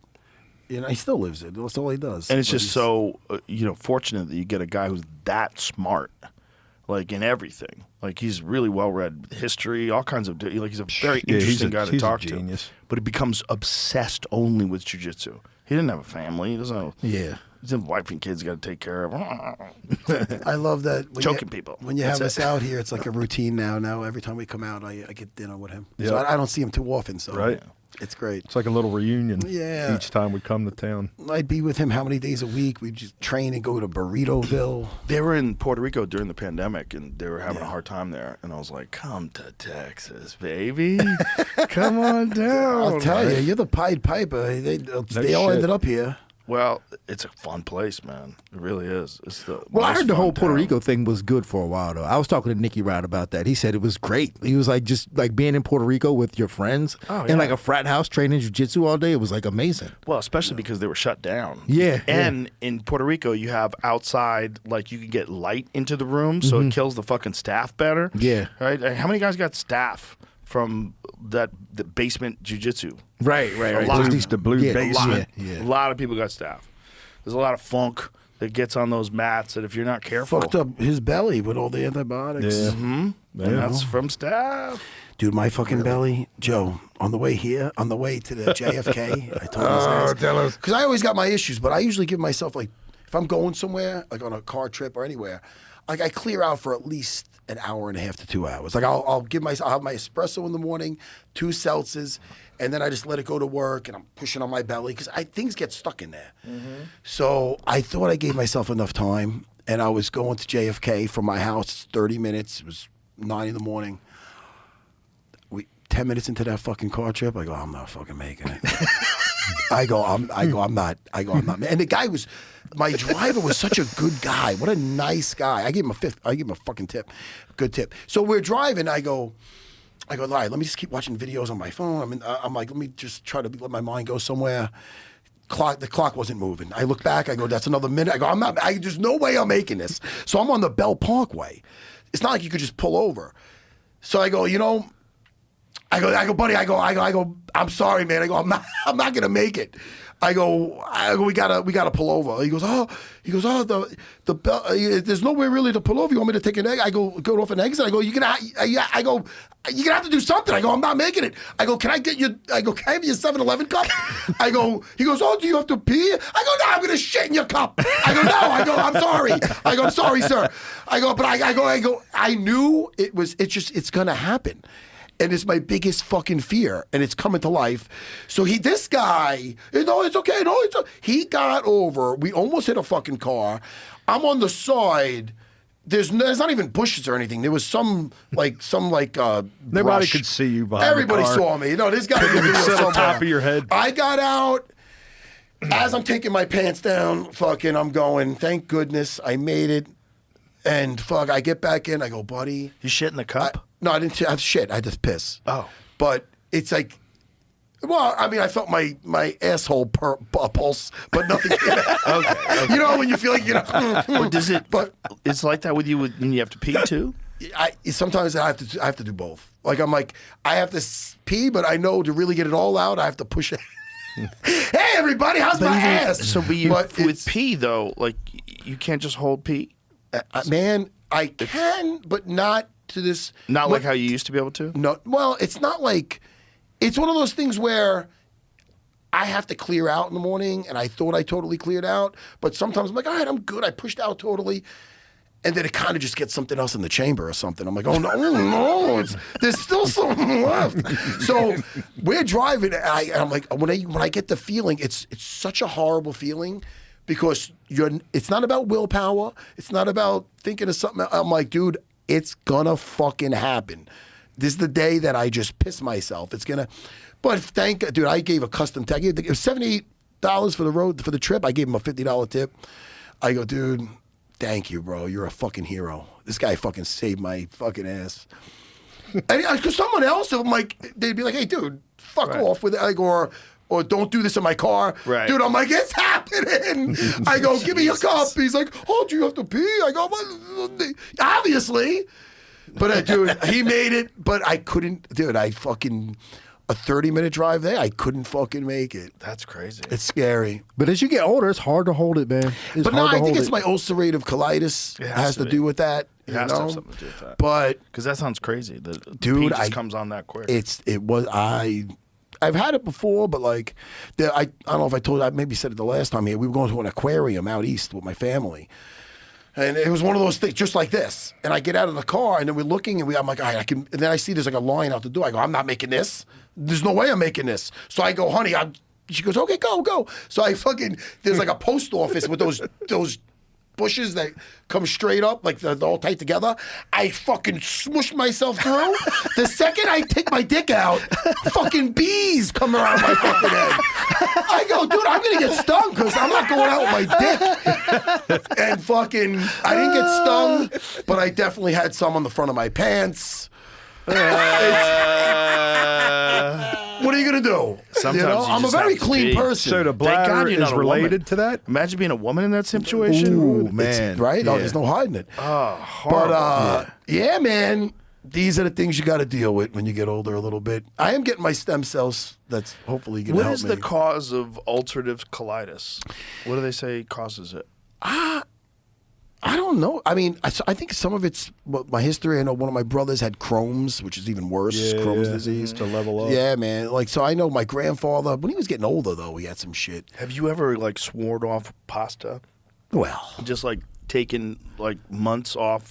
I try to go carnivore. I did go gluten free for a while, but They even espresso. I go, come on, man. I gotta know. live. I'm with you. Every time I go to New York, I have to eat Italian food. Like I'm looking forward to May, the Jersey shows, so I can get some fucking New Jersey Italian food. I gotta take you to Talio's, bro. You'll love this pizza. Let's go. You loved it. Oh yeah, I'm trying to come up next week. I'm sure for I some. love it. I'm It's sure so- I it's love just- pizza. No, they're fucking no bleach, no bromate. Don't get me started with this. But it's so because I could eat it. I could eat 3 slices on the way to my school, and I'm not fucked up.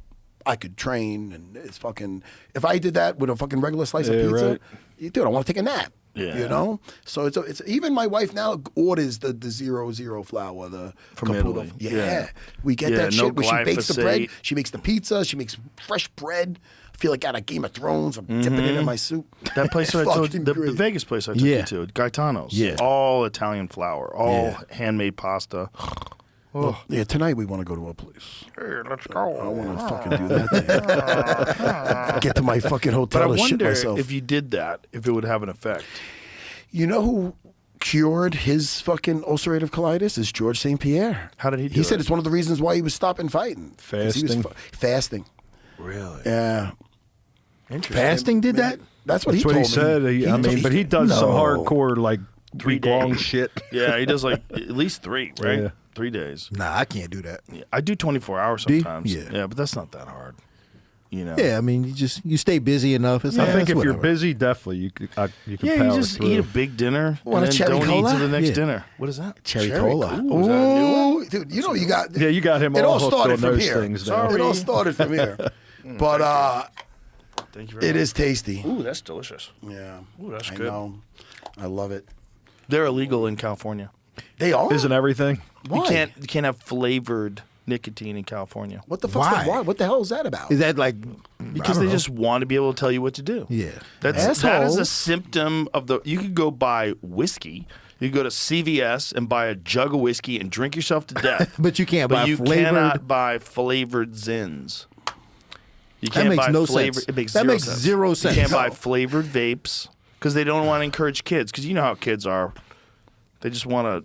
They want flavored Zins. I hear him talking about it all the time. So fucking stupid. It's so stupid. California's just so dumb. They just want to tell you what to do. It's a bunch of nannies. And if it's legal, they're going to tax it and regulate it to death. Exactly. And everybody's moving out. People just fleeing that state like it's on fire. Everybody's coming here. They're coming here. They're going to Tennessee. They're going to Florida. They're going anywhere they could just be left the fuck alone. Think They're of how not coming to bad New it York. has to be. New York's not much better. Nah, well, hell, everybody's running out of there, too. Not me.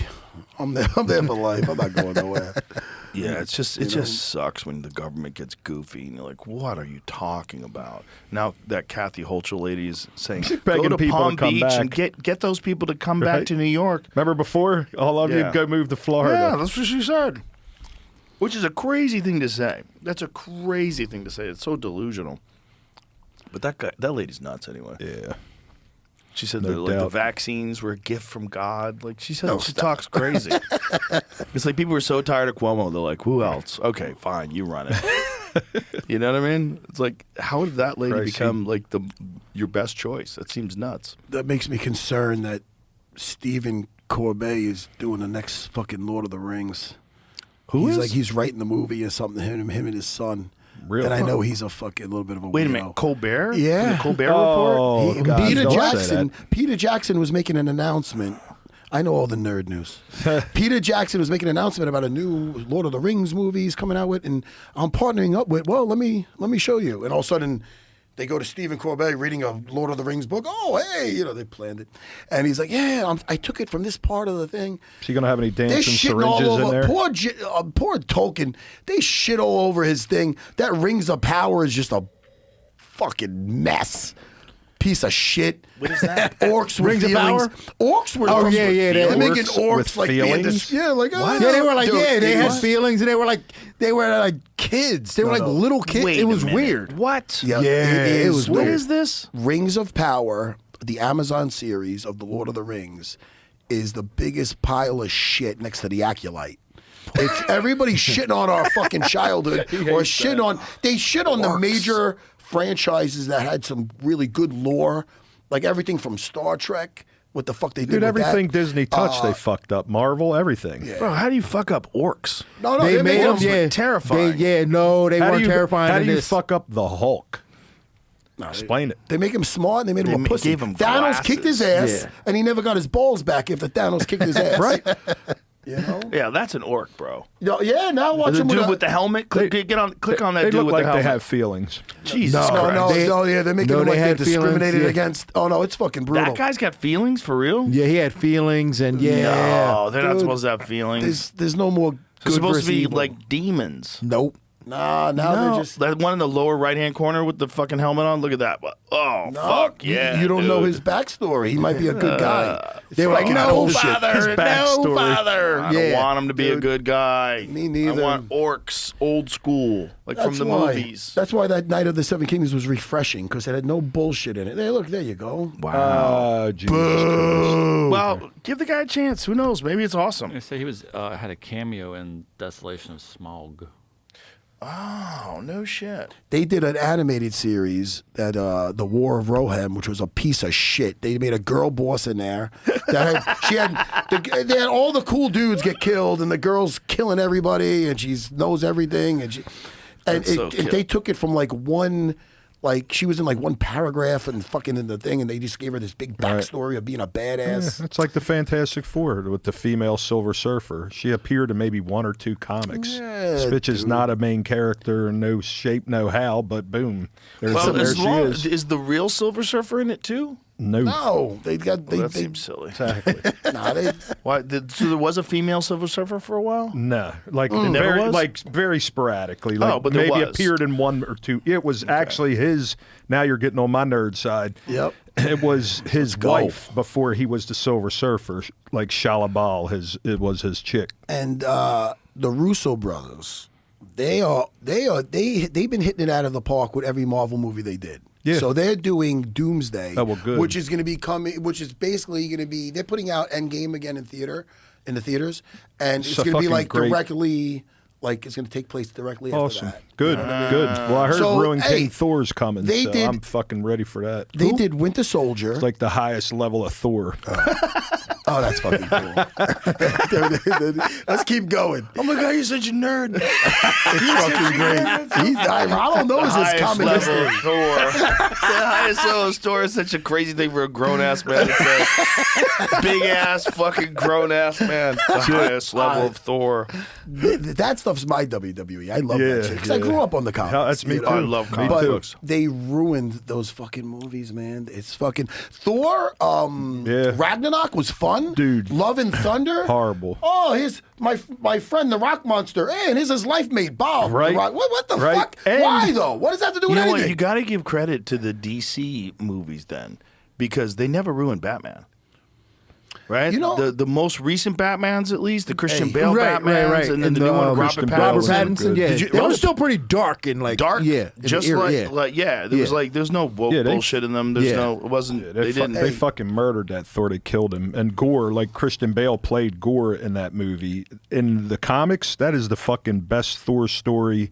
Gore's like first off, he Yeah, didn't look about Love and nothing like he Thunder. did on TV on the movie, but he's killing all the other gods. Like I mean, Thor, his fucking dad had to get a whole crew to come and fight this guy, and none of that really was showed in the movie at all. It was horrible, Love and Thunder.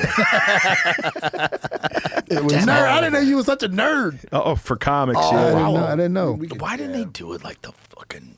Oh wow, look at him there. See if you can look in the comics, like the comic version of Gore, because it's not even close. So this to is what already he out? turned into. This Well, that movie was was already shit. out? That Yeah. was shit, Love and Damn, Thunder. look at his.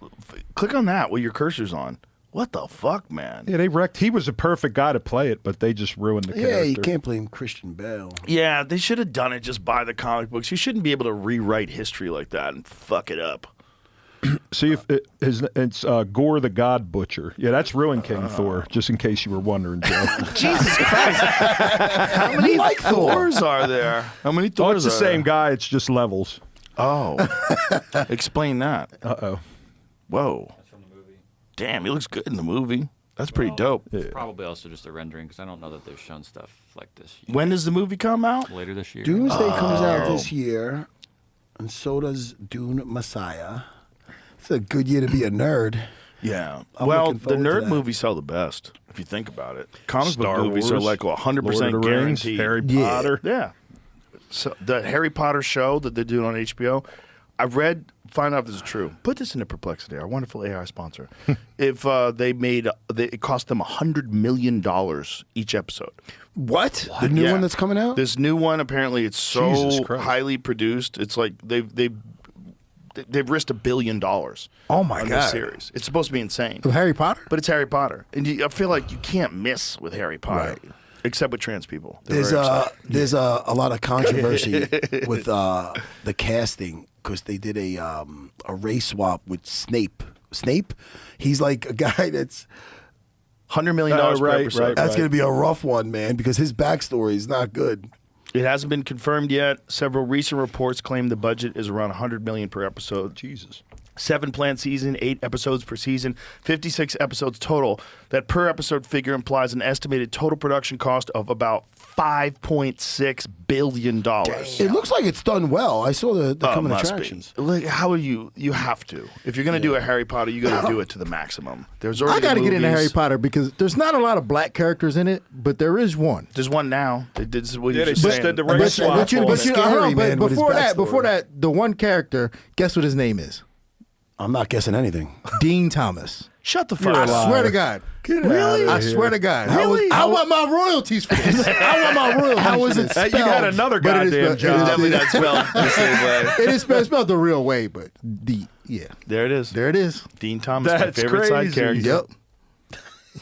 Not many blacks, Get but out of here. the one is Dean Thomas. So why is it controversial? Because they race swapped this guy? Because his backstory was, I think he was in love with Harry's mom, and then I think they all beat him up and stuff. It's just not a good look. If it's, you know what I mean? Because he plays. Black Snape. So you're implying that they beat him up because he's black? Well, I'm not saying that. I'm just But saying now it's it not. looks like that. I'm saying to make him like a character that's. I don't know. Why does he look like Meek Mill? It could be. It could be It's interesting. like Meek Mill. It's gonna. If they just follow the books, it's gonna be amazing. I missed the. I was a little bit older than my kids. Love the Harry Potter. You know, adults read the books and shit. I think it's the most successful books of all time. Is it? Yeah. I think so. That I think it's poor- like right up there with the Bible.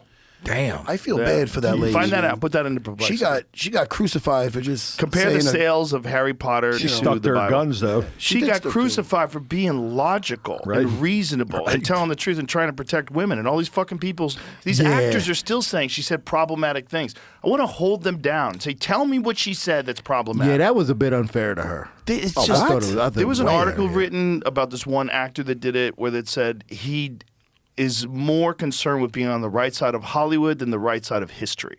And that's accurate. Yeah. Because these people all don't want to offend these dorks in Hollywood that are out of their fucking minds. Enormously commercially, what does that mean? Enormously commercially successful, but the Bible has sold far more copies overall. Harry Potter series has sold over 500 million copies. Estimated for the Bible is around 5 to 6 billion copies. How many copies of the Quran have been printed? There's also multiple versions of the Bible, and there's 7 books of Harry Potter. So yeah, there's not 7. You know, Right. you could break it down. So there's 45 books in the Bible, and those are all sold. You know, I don't know. Yeah, but most people buy it as the Bible. Correct. I know, but there's also the King James Bible. There's the Right. Protestant Bible, And there's the Baptist- Old Testament, and yeah. So Despite fewer copies, Harry Potter book sales are estimated to have generated about $7.7 billion in revenue. there's not a Harry Potter in every hotel room in the country either. That's true. That's a good point. Yeah, they keep that Bible in that hotel room just in case. Right. That's a weird thing, right? Yeah, why do they do that? Well, I never think thought of someone donated it. Like there was a Bill Hicks joke he did about it back in the day. I forget. There was a name on the Bible. Like it was a da-da-da Bible. Like someone, like one family donated Bibles to like every hotel room. The Gideon Bible. I think that's it. Is that it? Might be. I mean, That that's might be one it. of the The names. Gideon family. I think that was the joke. That was part of the joke. Who the fuck are the Gideons? I was so depressed when I got here. I brought my MetaQuest, and I realized I brought 2 right controllers. I'm like, no! I had my headset on. I go, no.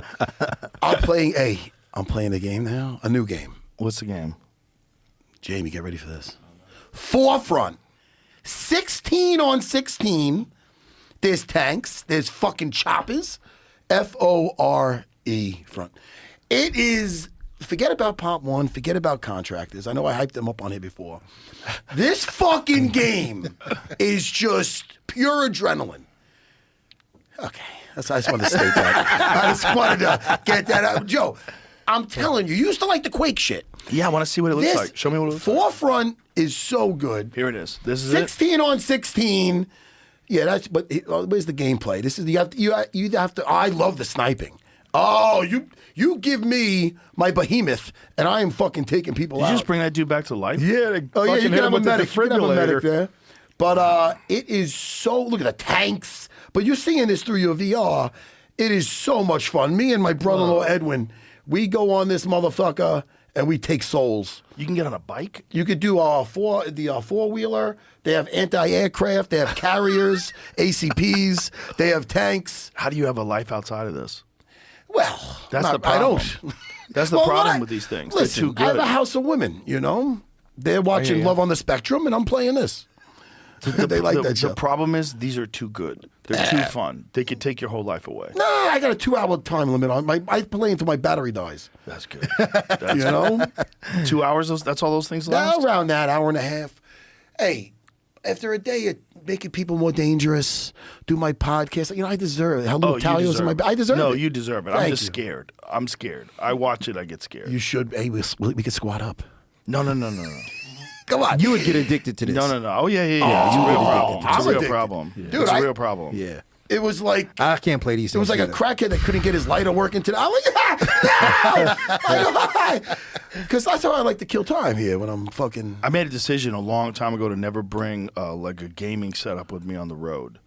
I'm like, I can't do it. Yeah. Oh, well, Everywhere he goes, I start everywhere he playing. goes. I'll be up till 4 o'clock in the morning. Yeah. I'll be any first-person shooter where you're running around a map and there's another dude on the map and you got to get a rocket launcher and fuck him up. It starts to feel real. It feels very real. Me last night, then I had to go back. What to is this one? Old-fashioned. Oh, this is whack it off. Doom. What does it look like? Oh my God, it's Doom. It's Doom in VR. Oh no, this is a problem. I gotta find this. But Is Doom that in is. VR? I actually think this is the Quake single 1. player of Quake. Yeah. Not Doom. Oh, it is Quake 1. Yeah. Oh wow. You like the Quake stuff? Love it. Oh, But then I'm more of Forefront's a great. Quake 3 Arena guy. Because Quake 3 Arena, like show them some Quake 3 Arena. They got the graphics down, and then they had it set up where everything was online. So you didn't have to like buy the new version of Quake and download it to your computer and run it and play it. And no, it's online. So you just log in and you're playing this streaming. And it's fucking phenomenal. It's like that now. With the matter, you just get updates. Show some highlights of gameplay so you can see what it looks like. It's supposed to be the VR Here it is. version. Oh, this is the VR version? Oh, Jesus Christ. Why are you showing me this? Don't show me this. Because I was going to tell you next that the No. Apple Vision Pro is being updated now so we can play with higher. Fuck up. Don't do better this to me, graphics. dude. Don't do this to me.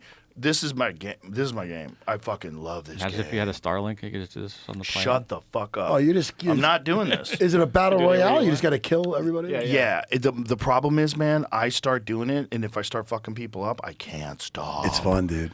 And I got pretty good at it. Not like, I could win tournaments good, but I got pretty good at it. Like, I fucked these guys up. The dudes in the studio I fucked up. Oh, dude, I would get real addicted to it. And I'd start Yeah, that's a problem. And then I start playing online and just going into rooms. Next thing you know, your life is ruined. This is one of my favorite maps.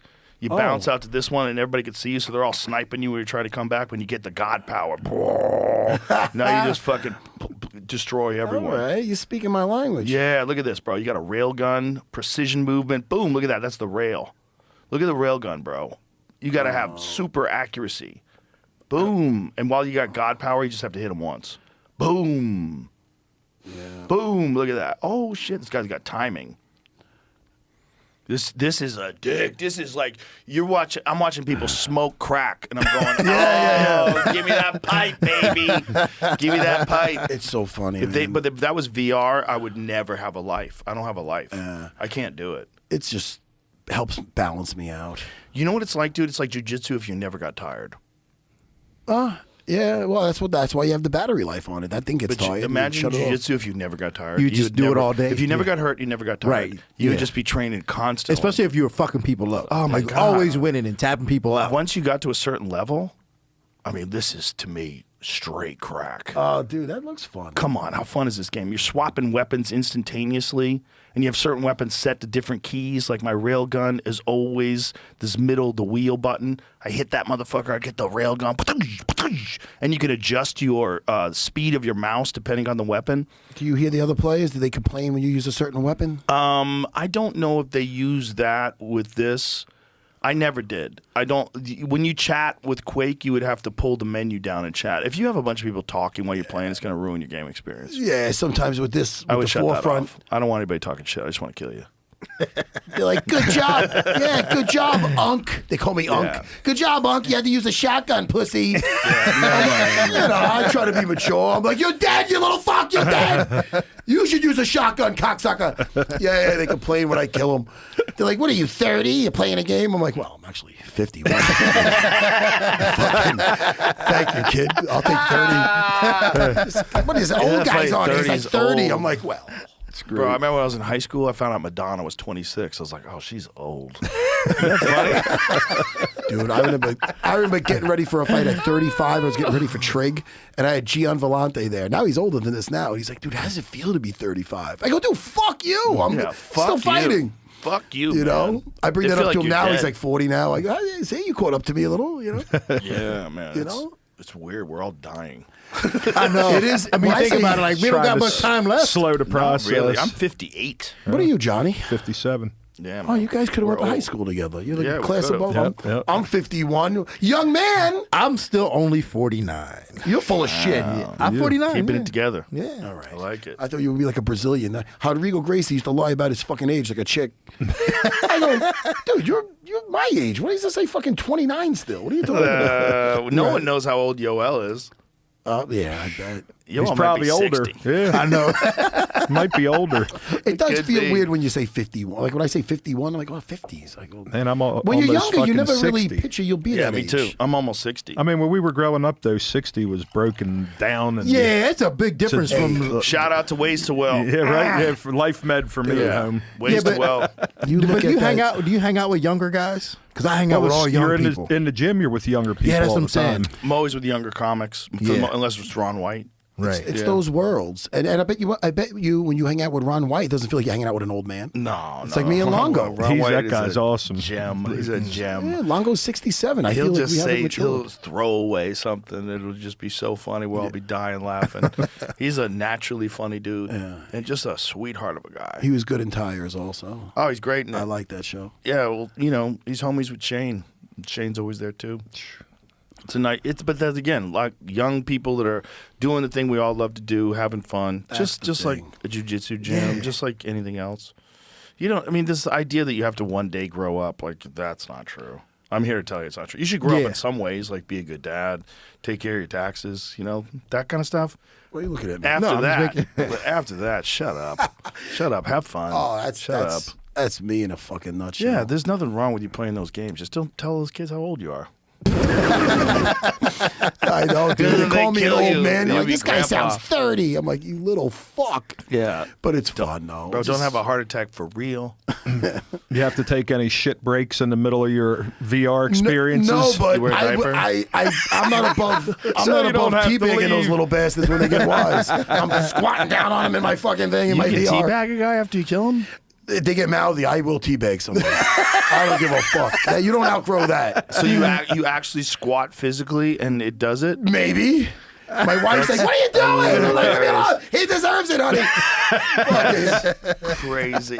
Listen, That's crazy. That's sometimes- different than a video control. You're actually know you're squatting. actually- That's crazy. I can get my squats in, man. Have you seen those multi-directional treadmills Yeah, that but I'm people are not- doing those games on now? Yeah, but I'm not running. My knees aren't good for that. So there's a treadmill, like a circle, and it Yeah. goes in any direct, omnidirectional, I think they call it, and you're strapped in with a harness that like you can, keeps you like, from, and run you it? just move. They You were gonna move like get you're me running. that, my And family. you would be in Man, I insane was getting ready shape. to say Yeah. there'd be some people in better shape. Oh, dude, you would think how good that would be for your footwork. Like, if you could have a VR, there's a good VR boxing game.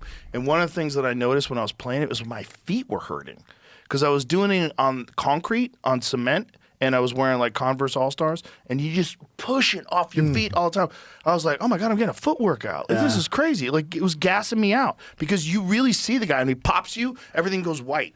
Like, you got stunned, like, boom, like, oh shit. And then you got to get that? them back, right? And you're moving. You're moving around stuff. There's a bunch of them. I got to get into those. They're good, That's dude. tiring. I The only did that thing that's before. It's stupid tiring. is when you hold the gloves, like if you hold the hand things like this, it shows the gloves like this. So when you're punching, it looks like you're punching them wrong. So it fucks your head up. Yeah. You know what I mean? So when you're twisting to punch, it's showing this. And it fucks your head up. It's giving it's a like, fucking Wing Chun punch. Right? so like if you punch like this, it'll 1-inch look like the punch. knuckles are coming up, but you're doing this. Oh, Man, yeah. you figure, how can't they get that? They should get piece that right. It you should know? be where your hands are positioned. Exactly. So Right. if you hold it like that, it should be the gloves are like that, and then you turn it like that, and it Right. looks so that way it doesn't fuck with your head while you're punching that thing because it's weird. Clearly, the developers Yeah, weren't somebody boxers. get to Yeah, that programmers yeah. and fix that. But I think there's some real benefit in it for real because first of all, it's harder to hit air than it is to hit a thing, right? So you get a little workout doing that.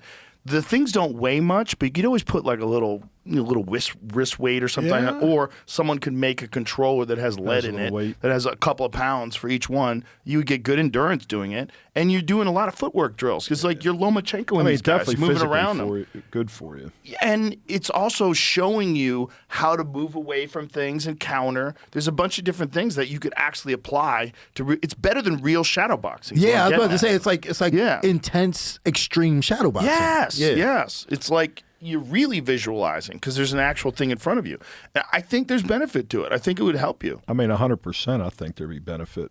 Yeah, and you're not getting hit, right? So it's You're timing not, work. not getting the CTE along Right. with You're you. getting it's not going to replace sparring. You're always going to need to spar, but it'll give you a lot of like neural pathways to different movements Yeah. that you'll have like programmed in you in a fight with zero consequences. Right.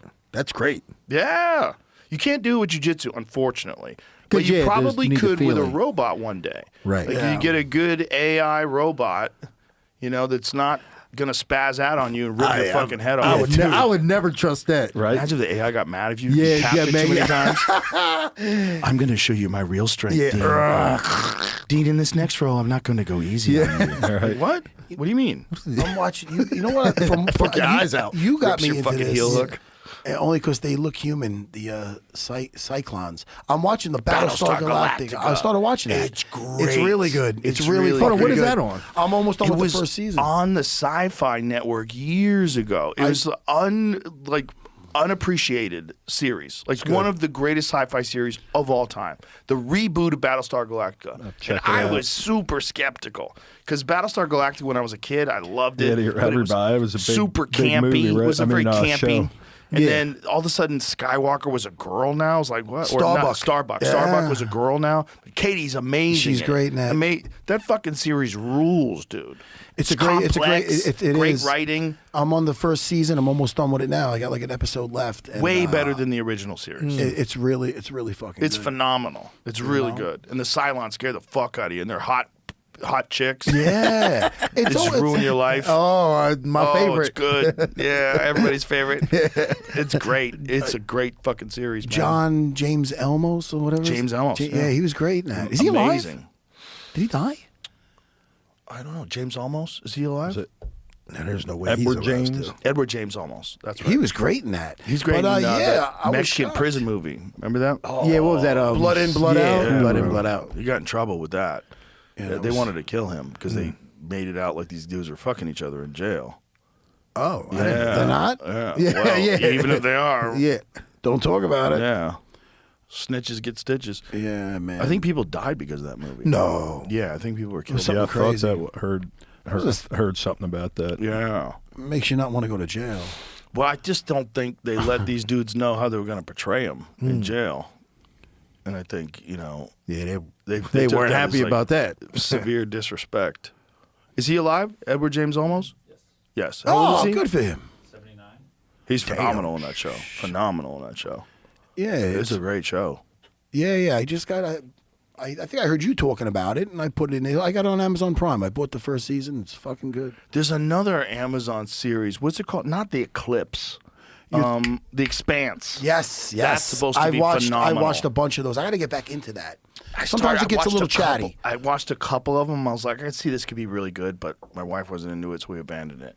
It's But good. I keep hearing. I hear once you get past like the first few episodes, it really picks up. Yeah, it's good. It has Thomas Jane. What's Thomas Jane? Oh yeah, he Who played the Punisher. Yeah, he's in that. At least the first season. It's good. The guy who's the lead guy reminds me of Jon Snow.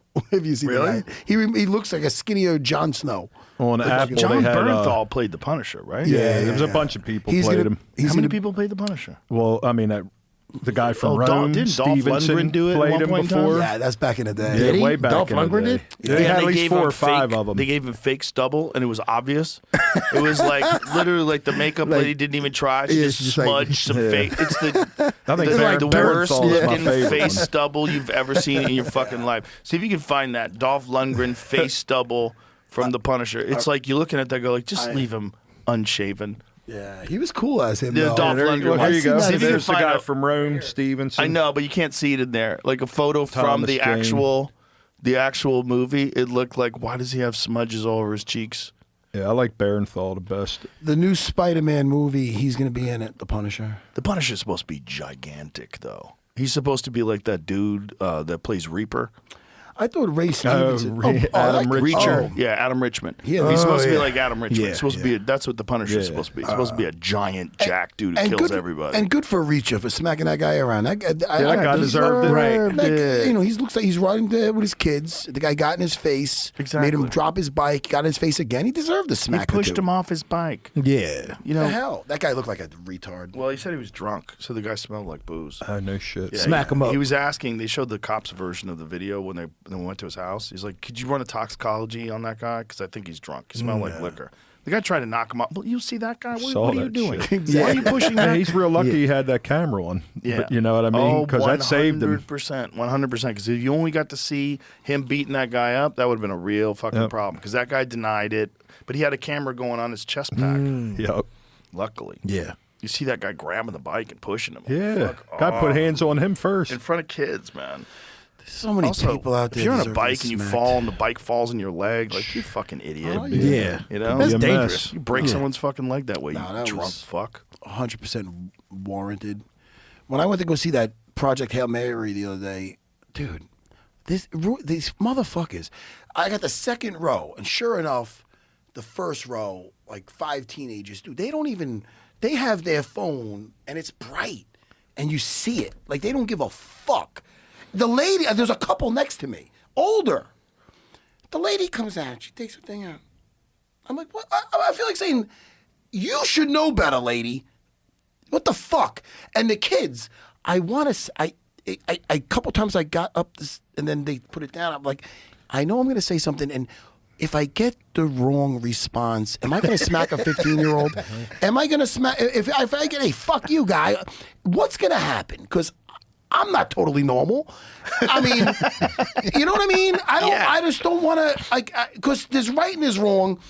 A whole generation has not been checked. They're going to get smacked because they're mouthy. 1000%. And I just see UFC fighter smacks 15-year-old. I'm like, I just see that happening.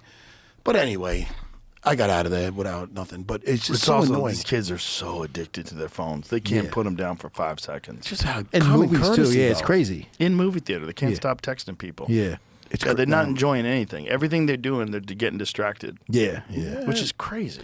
I feel like talking to their parents, That's not going to help. you know? No, you got to smack them.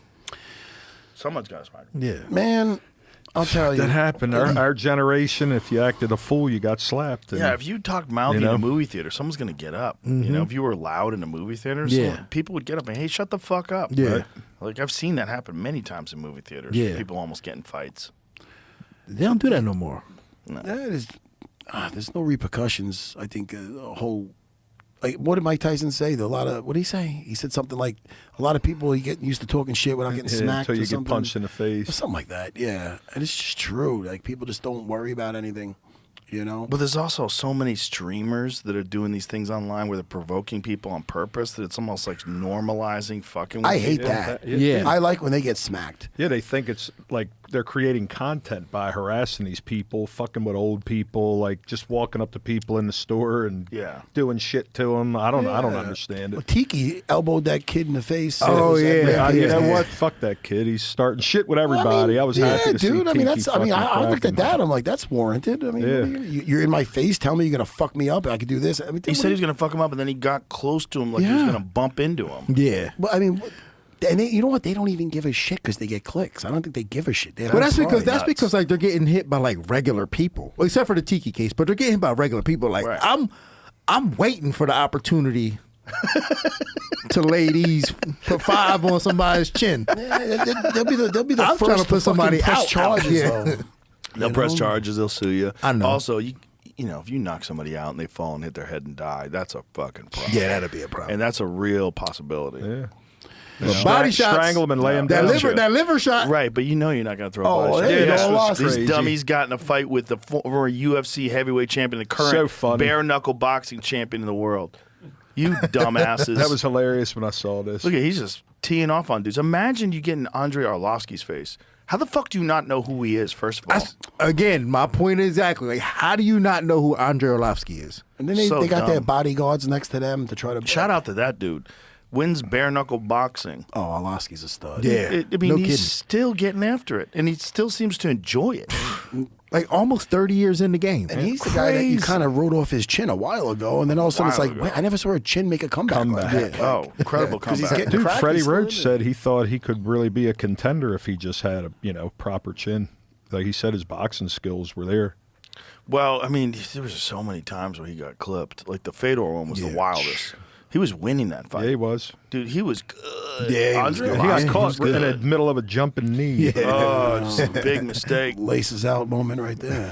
Fedor, that motherfucker just found ways to win. He just found ways to win, man. Sure did. Remember when Randleman was it Randleman? Yeah, But he he came back. Yeah, suplexed he him on came his back head, and still beat him. suplexed him on his neck. Yeah. Then Yeah. he Kimura'd him. Yeah, like It a couple ain't easy minutes to later. Kimura a gorilla. You know what I'm saying? And Randleman was so explosive. know. He was so fast. That guy was just nothing but fast twitch Pre-USADA? muscle fiber. Pre-USADA, right. 100. Right. He had the worst staff I've ever seen in my life. Oh, You it ever was his seen leg, his staff? right? It was He his had leg. holes in his armpit. Where he lifted his armpit up, and you could see the skin was gone. You could see the tendons and all the Jesus ligaments underneath Christ. it. Yeah. See if you can find it, Jamie. Yeah, it was it's disgusting. the craziest thing because staff, if you don't get that shit treated right away and you let it get systemic, I mean, it probably led to his early demise. It probably was something that led to him dying early. Rest in peace. Look at that. That's his armpit. That's his armpit, dude. I mean, Keep his fucking wallet in there. You know how crazy that is? You know how crazy that kind of hole is and what that does to your body? God damn. Because it's not, even when that heals up, like it's going to take a long like a time before fucking your body gets zombie. back to normal. Oof, man. Staff's scary, man. Staff's real scary. Oh, come on, man. I want to say. We're going to Italian I want later. to say Pete Spratt fought a fight when didn't he fight one? He got bit by a brown recluse. Like his leg had a fucking hole in it. Well, those are scary. Yeah. Those fuckers. Damn. They necrotize you. They like their venom burns a hole through your muscle tissue. Oh, it's horrible. You ever see brown recluse spider bites? No. It's like first it just swells up and you get like a big zit on it, and then it eventually eats the tissue underneath the venom. Fucking spiders. Yeah, you got to get that treated right away, and even then, it's like really dangerous. People die from it. Brown recluse are scary fucking spiders. See if you can find brown recluse spider injury. Nasty, dude. Yeah. Creepy little fucking bugs out there. I'm going to get the eggplant rollatini later. We'll see what else we have. I just want to show you one more gross thing, Something and then we very can move bland. on. It's like, Damn. yeah. Look at that shit, man. Come on, man. Was that a water balloon? Ooh, Burns a hole in you. This is like Yo, when you- where do those things live at? I don't want to get bit by that. Texas. Oh, They're all over the get place. me out of here. They're all over the place. We're so lucky they're little. Oh, you got that shit out here, those things? But imagine that was as big as a bear. Yeah. You know Take what I over the mean? planet. That's why, We're man. just Imagine Yeah. a praying mantis as big as a bear. Dude, in Long Island, I guess we just got some assholes out there, but we don't got to worry about fucking. We don't got to worry about no fucking things getting our flesh off and shit. It's a few serial killers. Yeah, a few serial killers. Guys wearing wife beaters. That's it. I was just watching this video where they said the most popular job for serial killer is those long-range truckers. Makes sense. Yeah. I mean, you're on the road. You got a lot of access to a lot of different people. Yeah, and also you think you just Keep it moving. Keep it moving. Yeah. Before they even know what happened, you're gone. Yeah. There's a bunch of them that are linked to potentially to long-range truckers that they've never solved. Really? Yeah. Well, they don't catch a lot of those guys. That's what's fucked up. You want to think like that life's like a movie. Where they catch them all, they don't catch them a lot, huh? But random killers are some of the hardest to catch because they just show up, kill somebody, leave. And there's no rhyme or reason to it. They just wanted to kill somebody. So there's no like motive. It's hard to tell. And if they've done it and not gotten caught for a few years, if they're clever. Like a lot of these guys, like the Zodiac Killer, he was brilliant. He wrote things in code. They had I don't even know if they ever cracked all of it. They still don't know who the fuck it was. They did that movie. Yeah, I saw that movie, right? Yeah. They kind of made it like it was the janitor guy. I don't think they know.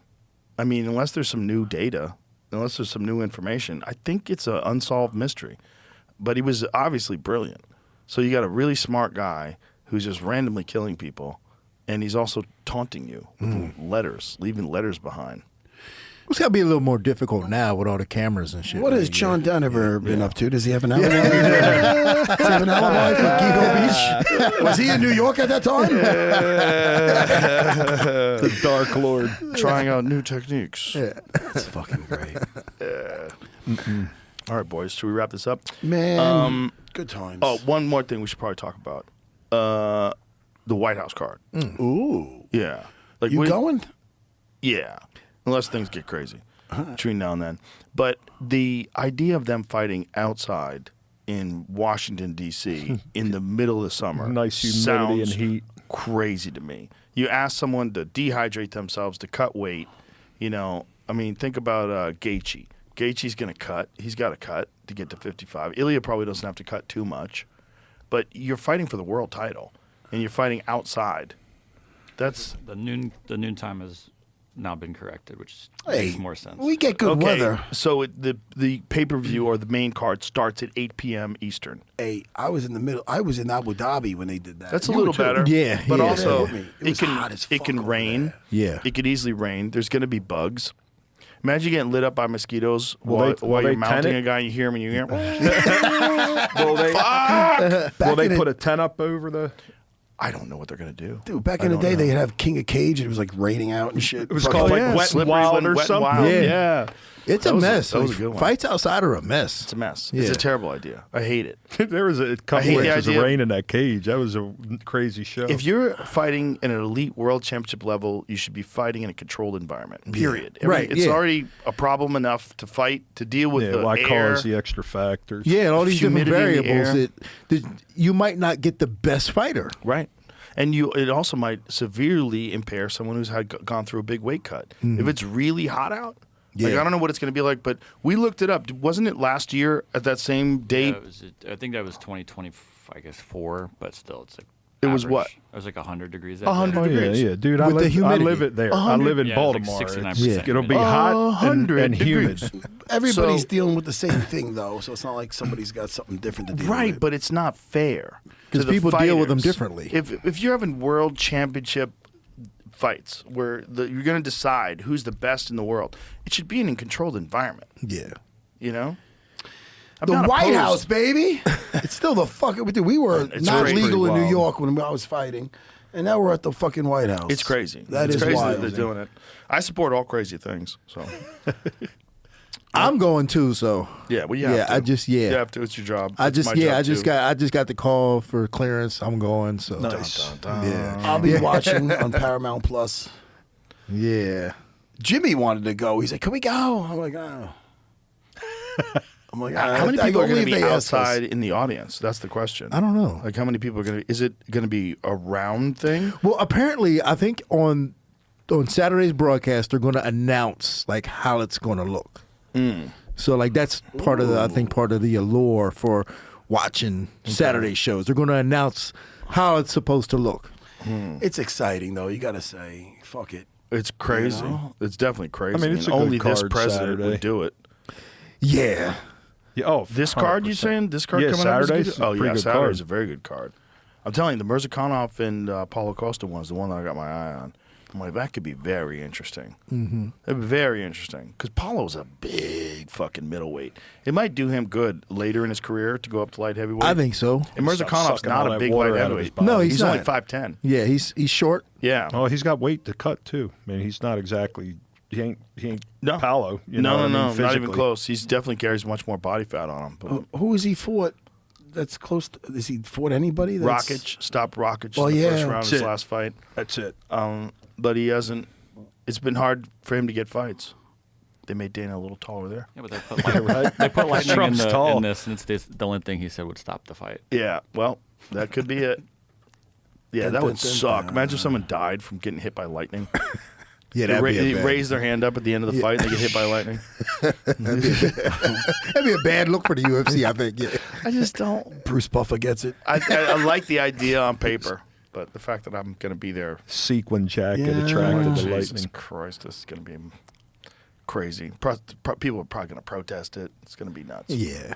It's going to be a lot of protesters out there. For sure. With all this that stuff in the attention. world going Might on, be and the you're throwing wrong fights at the place White to House. come and It's true. protest because it's going to be a lot of pro-Trump people in that audience. It could be a mess. Well, that's what they like.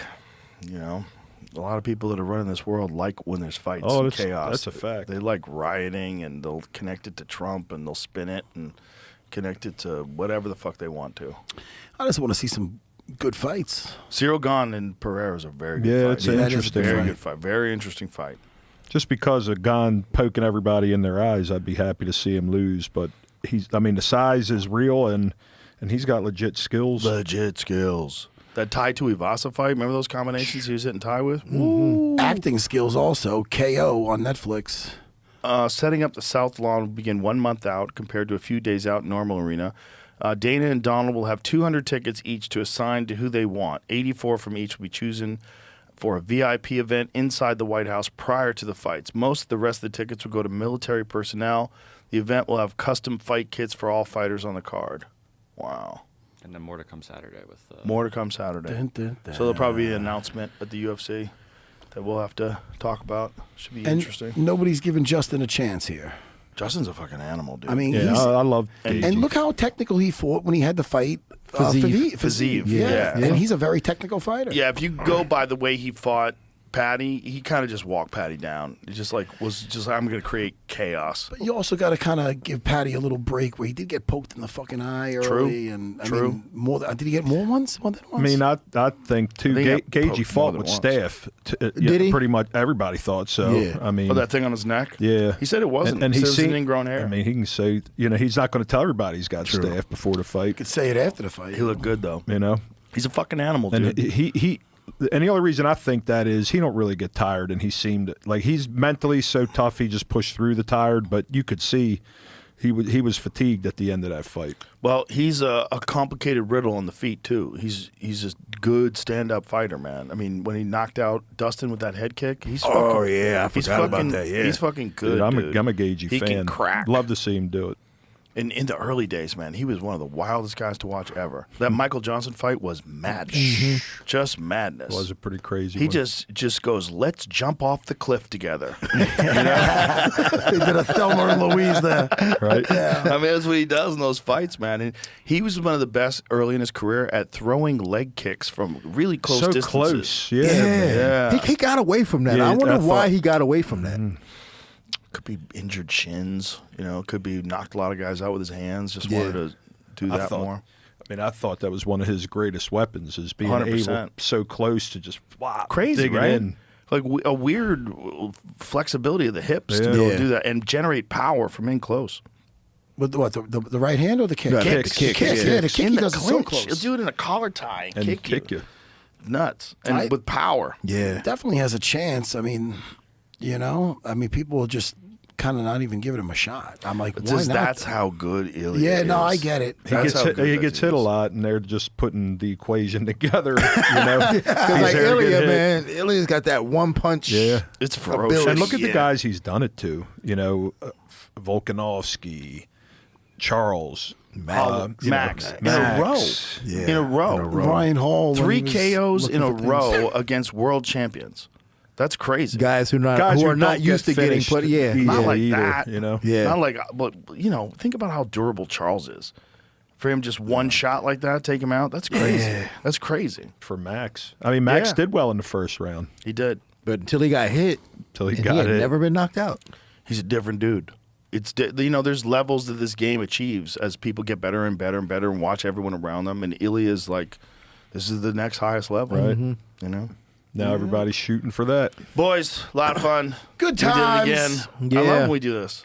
It's so fun. This is Yeah. my favorite podcast. Oh, man. I love coming out here. It's such a good time. And also, I need to find out what's going on in the nerd world. If you want to find out what's going on in the nerd world, Matt Serra channel on YouTube. I talk all about that geek shit. That's it. Sometimes I play VR and I do movie reactions where it's like the Mystery Science Theater where I talk to the screen. Talk shit. Yeah. I talk during a movie a lot. Like, Dean, what do you got going on? My movie Flowers short film coming out, and I got a new show on Paramount Plus called Deep Waters with Jorge Masvidal, Chris Weidman, and Dustin Poirier. That starts next Monday. Every Nice. Monday. That's I like the director name. Dean. Yeah. I like the name. Deep Awesome. Waters. That's Deep awesome. Waters coming out. Yep, and we're still doing ground control. Just opened a school in Sykesville. Dustin Poirier's actually coming out to there in the spot next door to a Stratosphere on May 16th. Shogun still going. So groundcontrolusa.com, shogunfights.com, and at Be More MMA. Look at you, bro. Promoter, coach, gym owner. Hustling. Hustling. All right. Thank you. Thank you, guys. Thank Lots you. of fun. Always fun. Good Bye, times, everybody. guys.